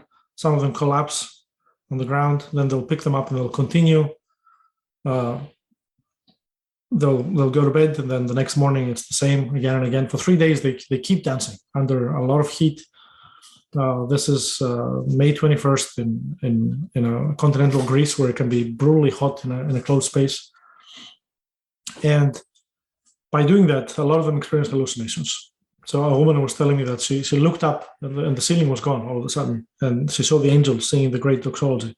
Now that does a lot of things for that woman. First of all, it reinforces her faith in the religious narrative of this group. But also a lot of people who are attracted to those rituals, it has been documented that they tend to suffer from specific types of maladies. A very common type is depression, anxiety, and other types of mental illness. People who are drawn to these rituals, and I found this in other contexts as well, in Mauritius, for example, people who suffer from those types of inflictions, they are more likely to take part in these very intense rituals. And in another study, we actually documented that those who do, they derive greater benefits. And the more intense their participation, the more intense this physiological stimulation, the more pronounced these benefits are. Yeah, and switching gears a little bit, one of the things that I thought was fascinating in here, and that connects into some other books that I love from some other people, is the relationship between pre-linguistic ritual behavior and the evolution of language itself in human beings. So one of my favorite thinkers on the subject, who I had on the show on episode 20 or something like that, is a man named Terrence Deacon, who I'm sure you're familiar with. But if you haven't listened to that episode and you're listening, I highly recommend that one. I think it will pair very well with this discussion we're about to have. And his book is called The Symbolic Species, one of his books that he wrote many years ago. And he essentially argues that our capacity for symbolic cognition was one of the key prerequisites for us to actually develop and evolve language as we know it today. And he talks a lot about, what symbolic cognition is and how that's tied to different aspects of brain development and brain evolution. He talks about how certain human rituals, I think one of his favorites to talk about here is marriage, might be tied to or might have actually helped to bootstrap the evolution of language. And so on the subject of how language evolved and how it relates to things like behavioral rituals and group rituals, I want to read this quote from your book, Dimitris, and then kind of get your take on the evolution of language. So at one point you write that biological anthropologists suggest that group ceremonies could have played a key role in the transmission of cultural knowledge in pre-linguistic societies. Through the symbolic reenactment of collective narratives, ritual functioned as an embedded proto-language that provided an external support system to individual cognition, a crucial step on the road towards language itself. So unpack this idea for us. What is this sort of what is the idea here behind having some kind of embodied ritual that serves as a precursor to the development of verbal language? Yeah. So if you look at this passage that you just read, I think that there are a couple of notes there that take you to the back of the book. And I think Terrence Deacon is one of the people I cite there. And the other one is Merlin Donald, a Canadian neuroscientist. They have proposed similar ideas about the role of ritual in the evolution of language. Now, we talked about the symbolic value of ritual. And of course, to be able to have language, to be able to have these arbitrary signals, arbitrary notes, or whatever you want to call them, things like words that stand for something else, you need the capacity for symbolic language. But before you develop that language, a more straightforward way of doing this is by acting. And we talked about this idea that we act first, and by acting, we come to embody certain states. So a very simple way of thinking of that is that I can tell somebody I love them, or I can just go and hug that person. And that conveys, and that act of hugging somebody might be actually much more powerful for somebody who's not a robot, who's a human being. You might be able to convey many more things that can be said with 2 words. Similarly, if I wanted to show that I'm part of a group, I could stand up and make a speech about my allegiance to that group, or I could just take part in a long ceremony where I dance together with this group. And everybody wears the same insignia. We paint our faces. We wear the same clothes. We engage in the same actions. And by doing all that, we convey to each other that we're committed to this idea that we are all as one, that we are members of this team. So there's a lot of things that can be conveyed without the use of words. And I think ritual is one of the most efficient ways that would have been available to our ancestors before the emergence of language. Yeah, so I guess the idea here is we would have had symbolic rituals. Maybe there were marriage rituals. Maybe there was something else. But people were literally acting in them. They were performing certain acts and certain behaviors. It was all imbued with symbolism, and there's some kind of narrative arc to whatever the physical act of engaging in this ritual was. And the sort of units of symbolism in those physical acted out rituals may have potentially literally been the precursors to what became spoken words. Yes. And something else you might have seen in those rituals is the role of rhythm, for example, dancing together, our capacity for rhythm, which is incidentally, it's something we share with birds. And incidentally, birds are the other type of animal that is so highly ritualized. So our capacity to follow rhythm, to dance with each other, and to perhaps begin humming with each other, and a form of proto singing. That's also another precursor to language, both in terms of allowing us to develop the sorts of vocalizations that we need for language, but also our ability to track rhythm and to mimic, to imitate, to follow all of those things. So imitation is another key aspect of ritual. That's what Marilyn Donald talks about. That's what ritual essentially is. Performing a cultural ritual requires the ability to imitate very precisely the actions of other people, and you need that ability also to develop language.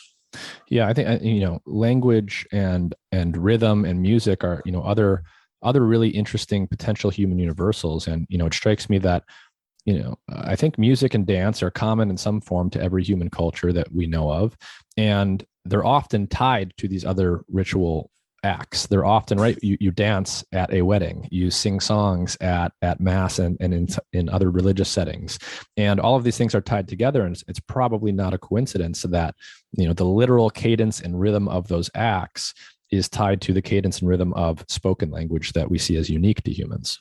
Not at all. It's not a coincidence at all. And I think that, first of all, in my definition, in my view of ritual, dance is a quintessential ritual. It fits all of the requirements. It's repetitive, it's rigid, it's redundant, it's causally opaque. There's no reason why we should dance. There's no utilitarian benefit that is direct. We just do it because we like it. And again, it can have measurable benefits for us in terms of social bonding. And in this sense, I think that music, there's a very good chance that music evolved. We evolved our musical capacities just to be able to facilitate this dancing and this coordination in the context of these rituals that are crucial to social bonding. Thinking about how rituals evolved from a wider point of view. So when we think across species and we think about the evolution of ritual behavior and where the roots of this stuff really lies, I would love if you could talk about some of the other species that display ritual behaviors and some of the more impressive ritual behaviors that we see in different organisms. One of the things I remember from the book is you talked about several examples of potential death rituals in other species, and I thought those were quite quite striking examples. And I would love if you could walk people through some of those and what that says about how deep the roots of ritual behavior go. So first of all, I should say that there's often this sense among social scientists that human beings are so exceptional, that we're so different from the rest of nature. I think it goes back to there's a lot of baggage that comes with this idea. Of course, religious traditions have played a role in why people think in this way, that we're so special because we're chosen by God. There are other reasons for it. One of the main reasons is that the lack of evidence, because we just didn't look for it. We took it for granted.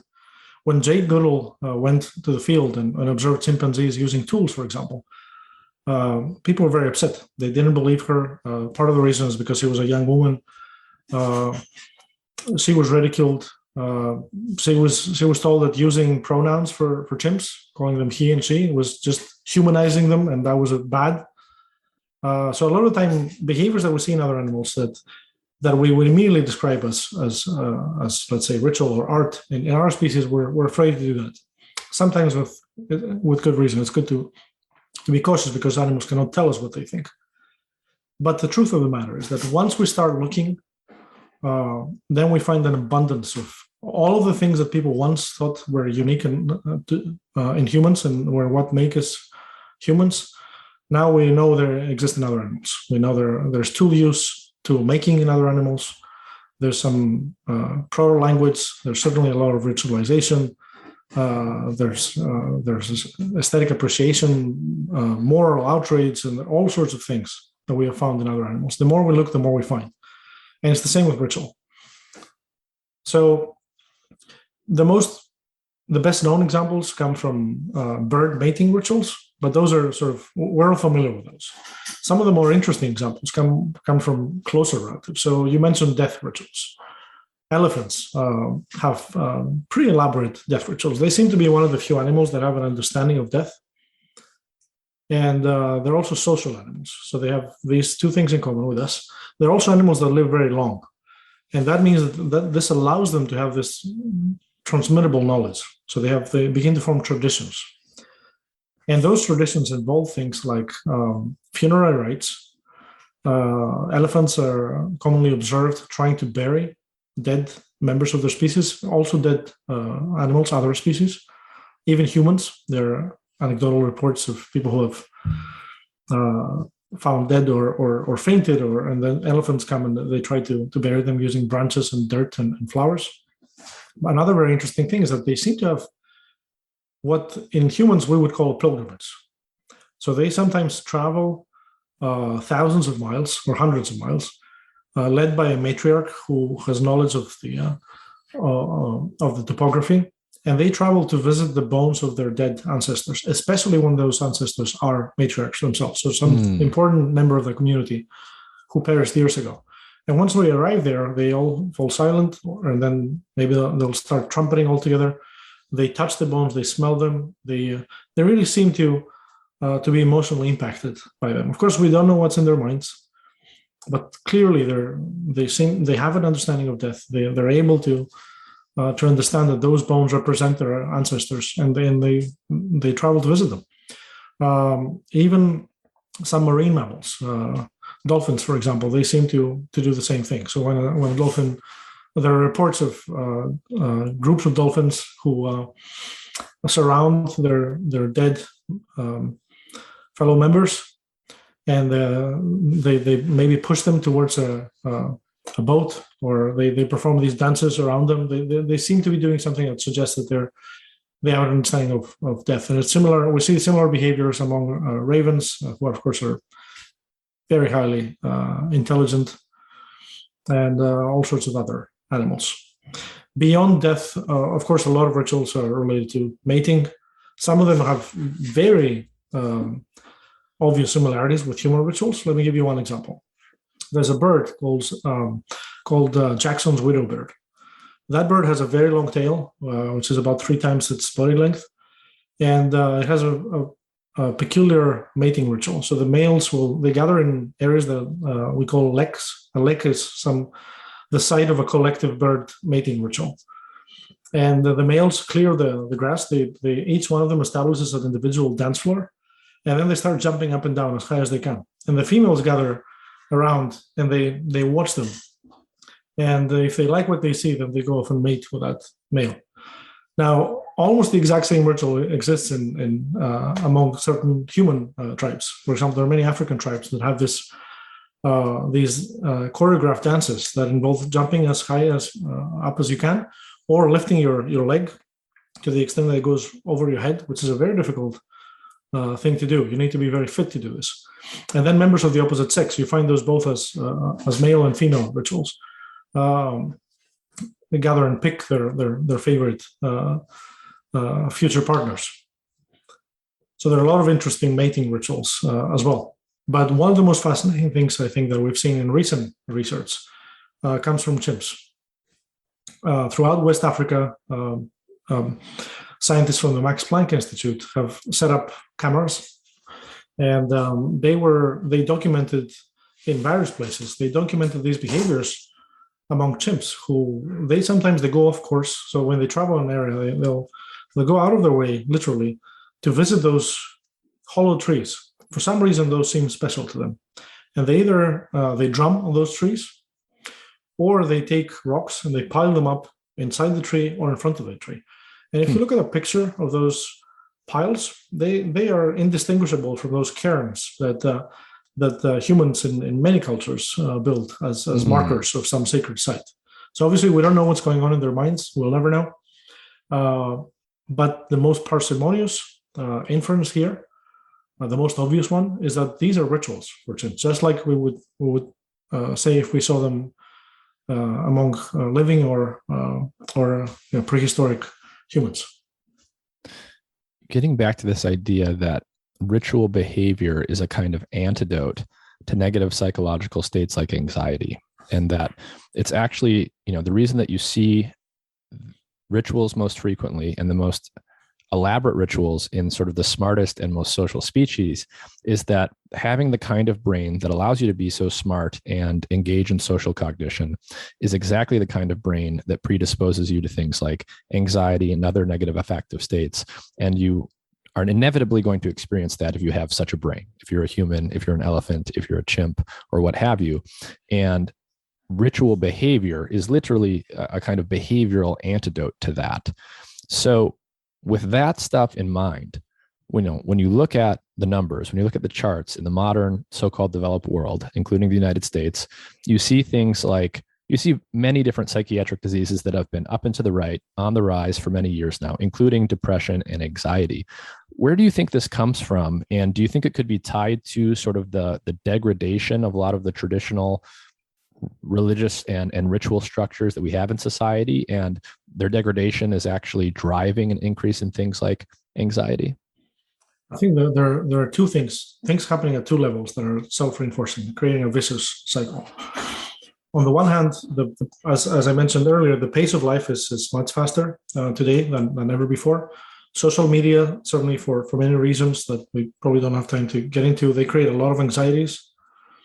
We live in an environment radically different from what our ancestors lived even a couple of generations ago. So our environment itself and our existence today is much more stressful than it used to be, or than it should be. At the same time, some of the best tools that we would have, that we should have for dealing with those situations, we are more deprived of those today than ever before. And I would point to two things, and they're related. One is our social networks. So more people live together far away from their families or their childhood friends than ever before in human history. I live in a different continent than my relatives and my childhood friends. And most of us in the United States do not live within walking distance from our parents' place, as people would have done for most of our existence. There are a lot of studies that show that social networks are one of the main buffers against anxiety. The other thing is those traditional practices, rituals, that we tend to abandon, thinking that they're outdated or they're wasteful or they're pointless, but they have served our species throughout our existence. And as we discussed, somebody that has served us for so long was probably had tangible functions for us. And of course, those two things are interrelated, because those rituals not only help us cope with anxiety as individuals, but they also help us do it as a collective, which means that they help us forge social networks. So that traditionally, ritual participation was one of the main ways through which human communities were able to bond. And this is something that we're lacking. Now, we don't entirely like this. So another thing you see is that as things like religious rituals are becoming less and less common in modern secularized societies, you see that people are more and more likely to turn to other forms of spirituality that are also very heavily ritualized and ritual-based. From things like meditation to things like yoga to things like participation in Burning Man, which is entirely ritualized, from things like secular gatherings like graduation ceremonies or secular weddings that are also ritualized just as much as religious weddings they can be. All of those things are ways of people reclaiming that the power of ritual or those social technologies. So in this sense, when you begin to look at ritual from that lens, you realize that it's actually still omnipresent. It's not just because religious rituals are not around us as much as they used to, doesn't mean that we're not living ritualized lives. Yeah, I mean, one of the things that I want to tie into this that you talk about in the book, that I think this may have even been like your PhD thesis, was centered on this notion of extreme rituals. And you give many examples in the book of rituals that are extreme in the sense that they require the participant to do something very, very physically demanding, or that is very, very painful and arduous. And I think oftentimes these are tied to identity, right? Some kind of formation or transition in your identity. You go through the ritual and you come out the other end as a different kind of person. You come out of it as a warrior or a priest or a man or a woman or what have you, whereas when you entered it, you were something else. And so what's the connection here between pain and extreme physical exertion and this identity transformation function that many rituals form? We can look at least two different aspects of this. We can talk about the way our mind perceives and evaluates effort and the kinds of inferences we draw from that. So studies show that if I do something that requires more effort, I will come to appreciate it more. From climbing a mountain to raising children to doing something more mundane, as in certain experiments, membership in a reading group. When people have to go through an initiation ritual to join that reading group, or they had to endure more severe electric shocks to be part of that group, they came to like that group more. So there's that aspect, that once you have invested so much in a ritual, and that doesn't have to be in the form of intensity just once. It could be cumulative investments of time. So think about the fact most people, the vast majority of human beings, the first time you take part in a collective ritual, it's not because you woke up and thought, maybe I should do that today. It's because you're a child and your parents take you. But through the process of socialization, as you go there every Sunday or every Friday or daily, you come to derive meaning from those rituals. And we discussed about how by doing things, we enact our social identities. So you come to feel as part of that group. Some things don't need to be said. The other aspect of it is the shared aspect of it. So we go through these ceremonies together. And especially in the case of extreme ceremonies, when we, like the people in San Pedro told me, you've been through this situation together, you've now become brothers. Our brain makes these inferences that if we have suffered together with those people, if we have laughed together, if we've experienced very strong emotions, if we cry together, that means that we're closely connected. Because typically the people you cry together with, they're members of your family. They're your very inner circle. And these effects can be measurable. So I've done studies, for example, in the island of Mauritius, where I do most of my research. This is an island in the Indian Ocean. It has a Hindu majority. It's one of the most diverse places on earth. So for an anthropologist who studied ritual, it's perfect, because I can observe the rituals of many different traditions. But one of the most intense and painful of those rituals is the Taipusam Kavadi. And this is performed by Tamil Hindus in India and around the world. And it involves, lots of hardships. It's a long day, a day-long pilgrimage that involves walking barefooted on the burning asphalt under the burning sun, carrying large structures on your shoulders, but also involves body piercings. And those can range from one needle to hundreds of needles throughout the entire body, or even skewers pierced through the cheeks, and all sorts of other self-imposed acts of torture. We have done studies there where for example, we looked at charitable donations and what happens when people take part in different types of rituals.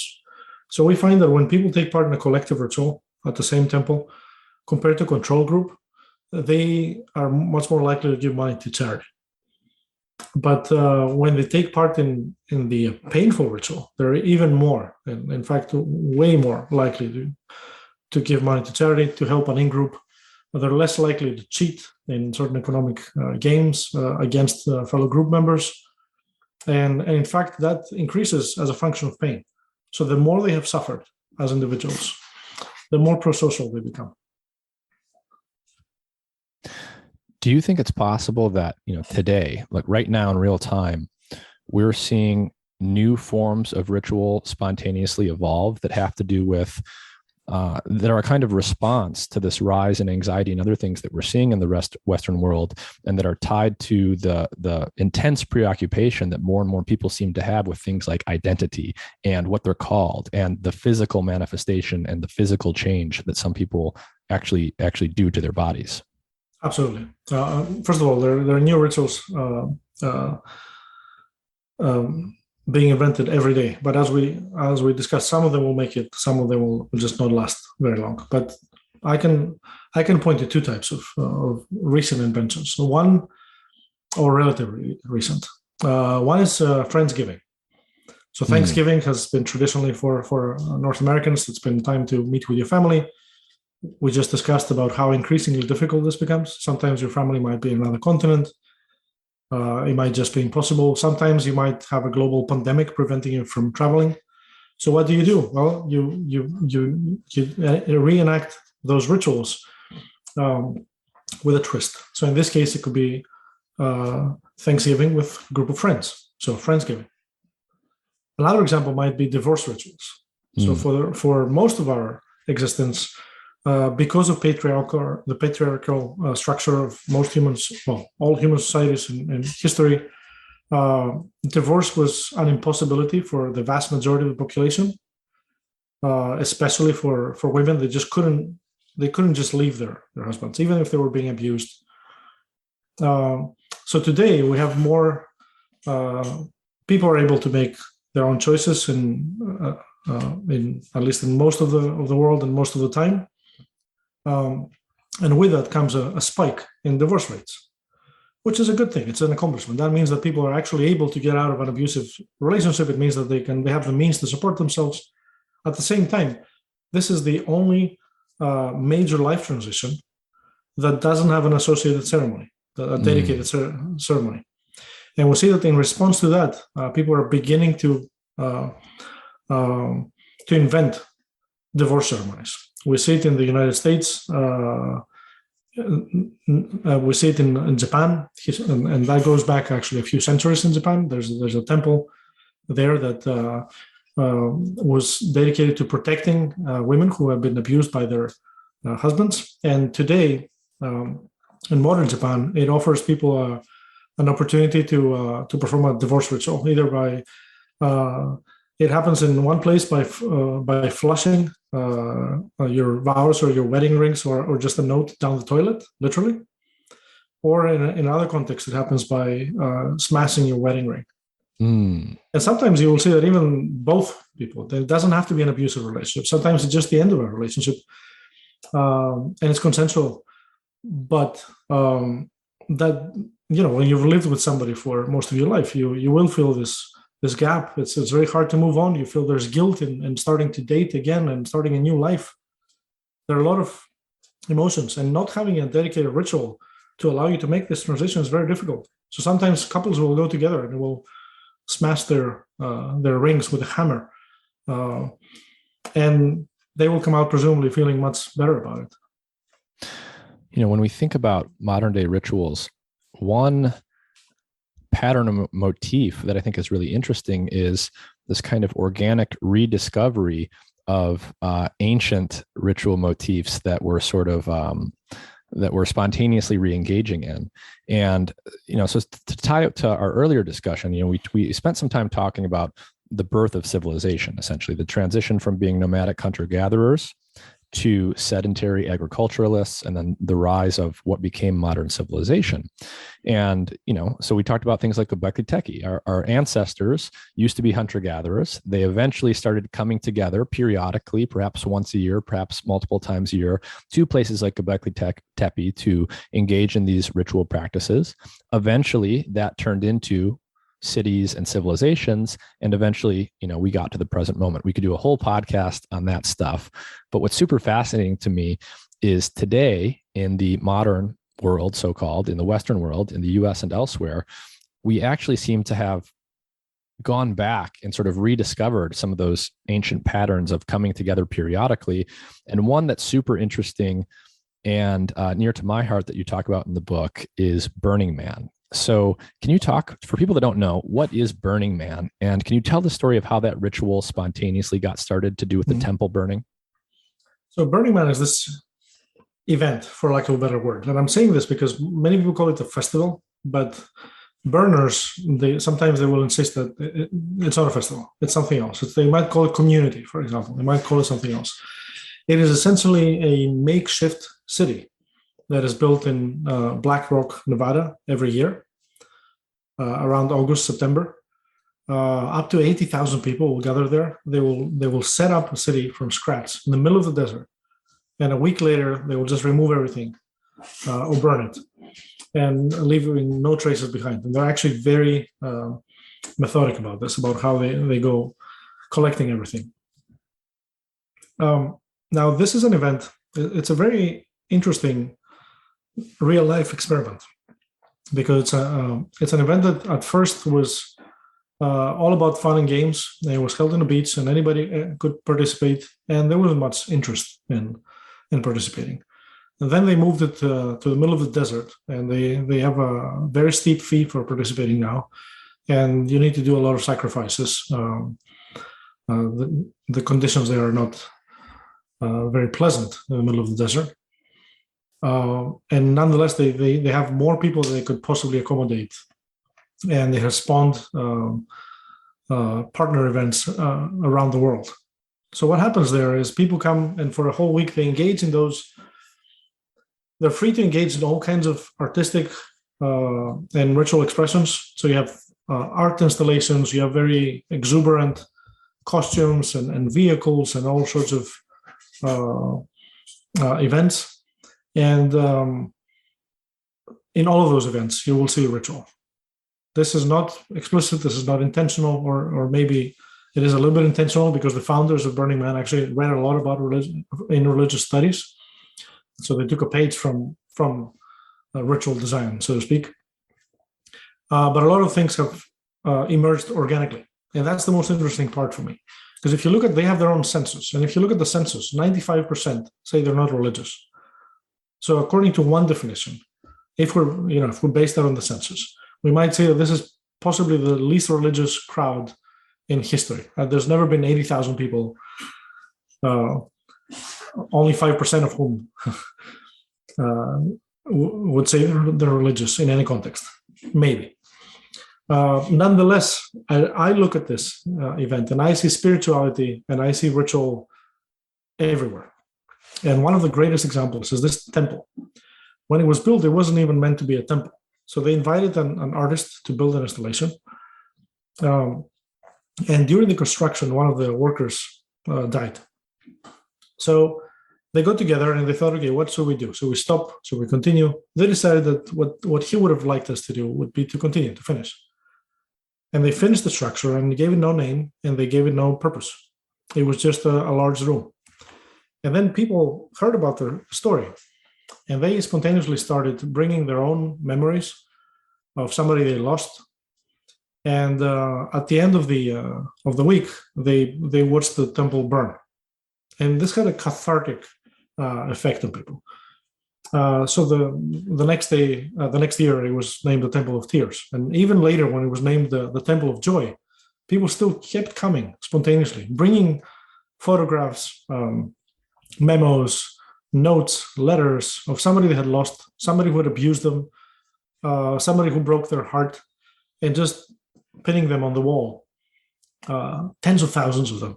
And then at the end of the event, they gather together, and as the temple burns, everybody sings together or they stay silent, and most of them weep, and they just watch it burn down to the ground.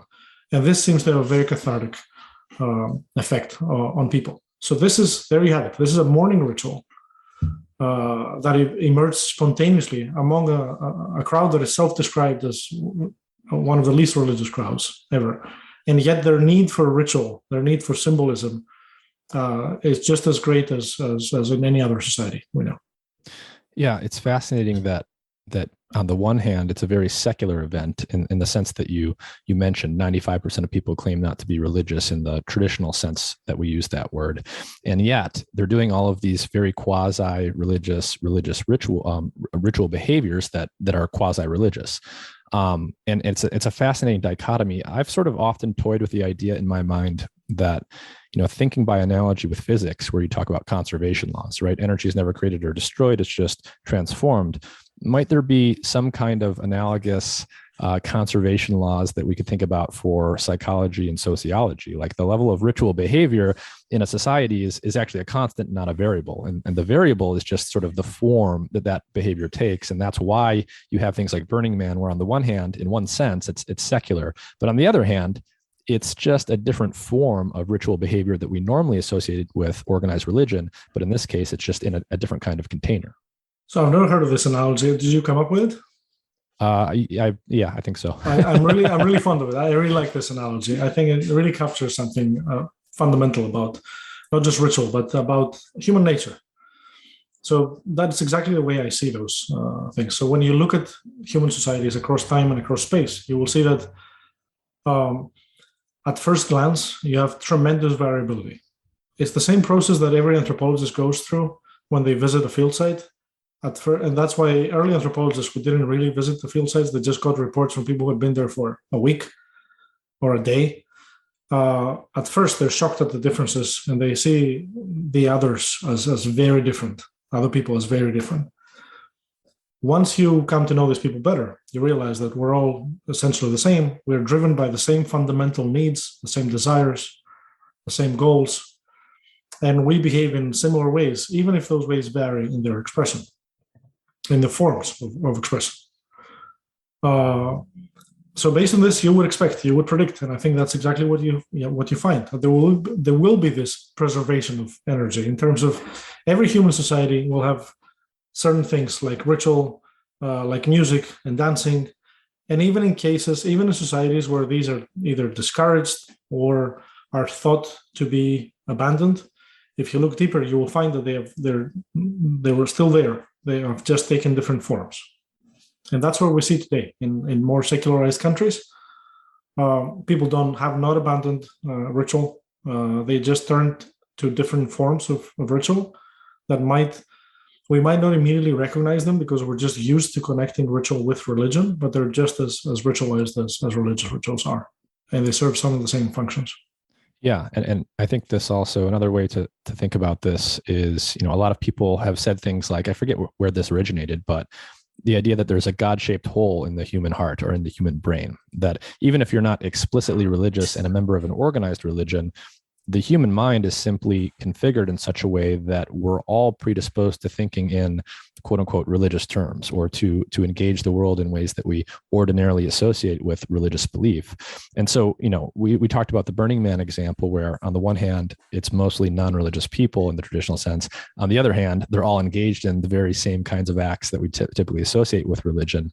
Another, thing that I've noticed, and many people have noticed, is I think in American culture in particular, a lot of secular people who don't identify with an organized religion, their sort of religious or ritualistic impulses just get channeled through other containers and institutions. So for example, religion for a lot of people in America, I think, is politics and their political affiliations. And you see this kind of almost religious zeal that people have with their politics. And you often see it most strongly, not always, but oftentimes in people who would otherwise consider themselves to be totally secular.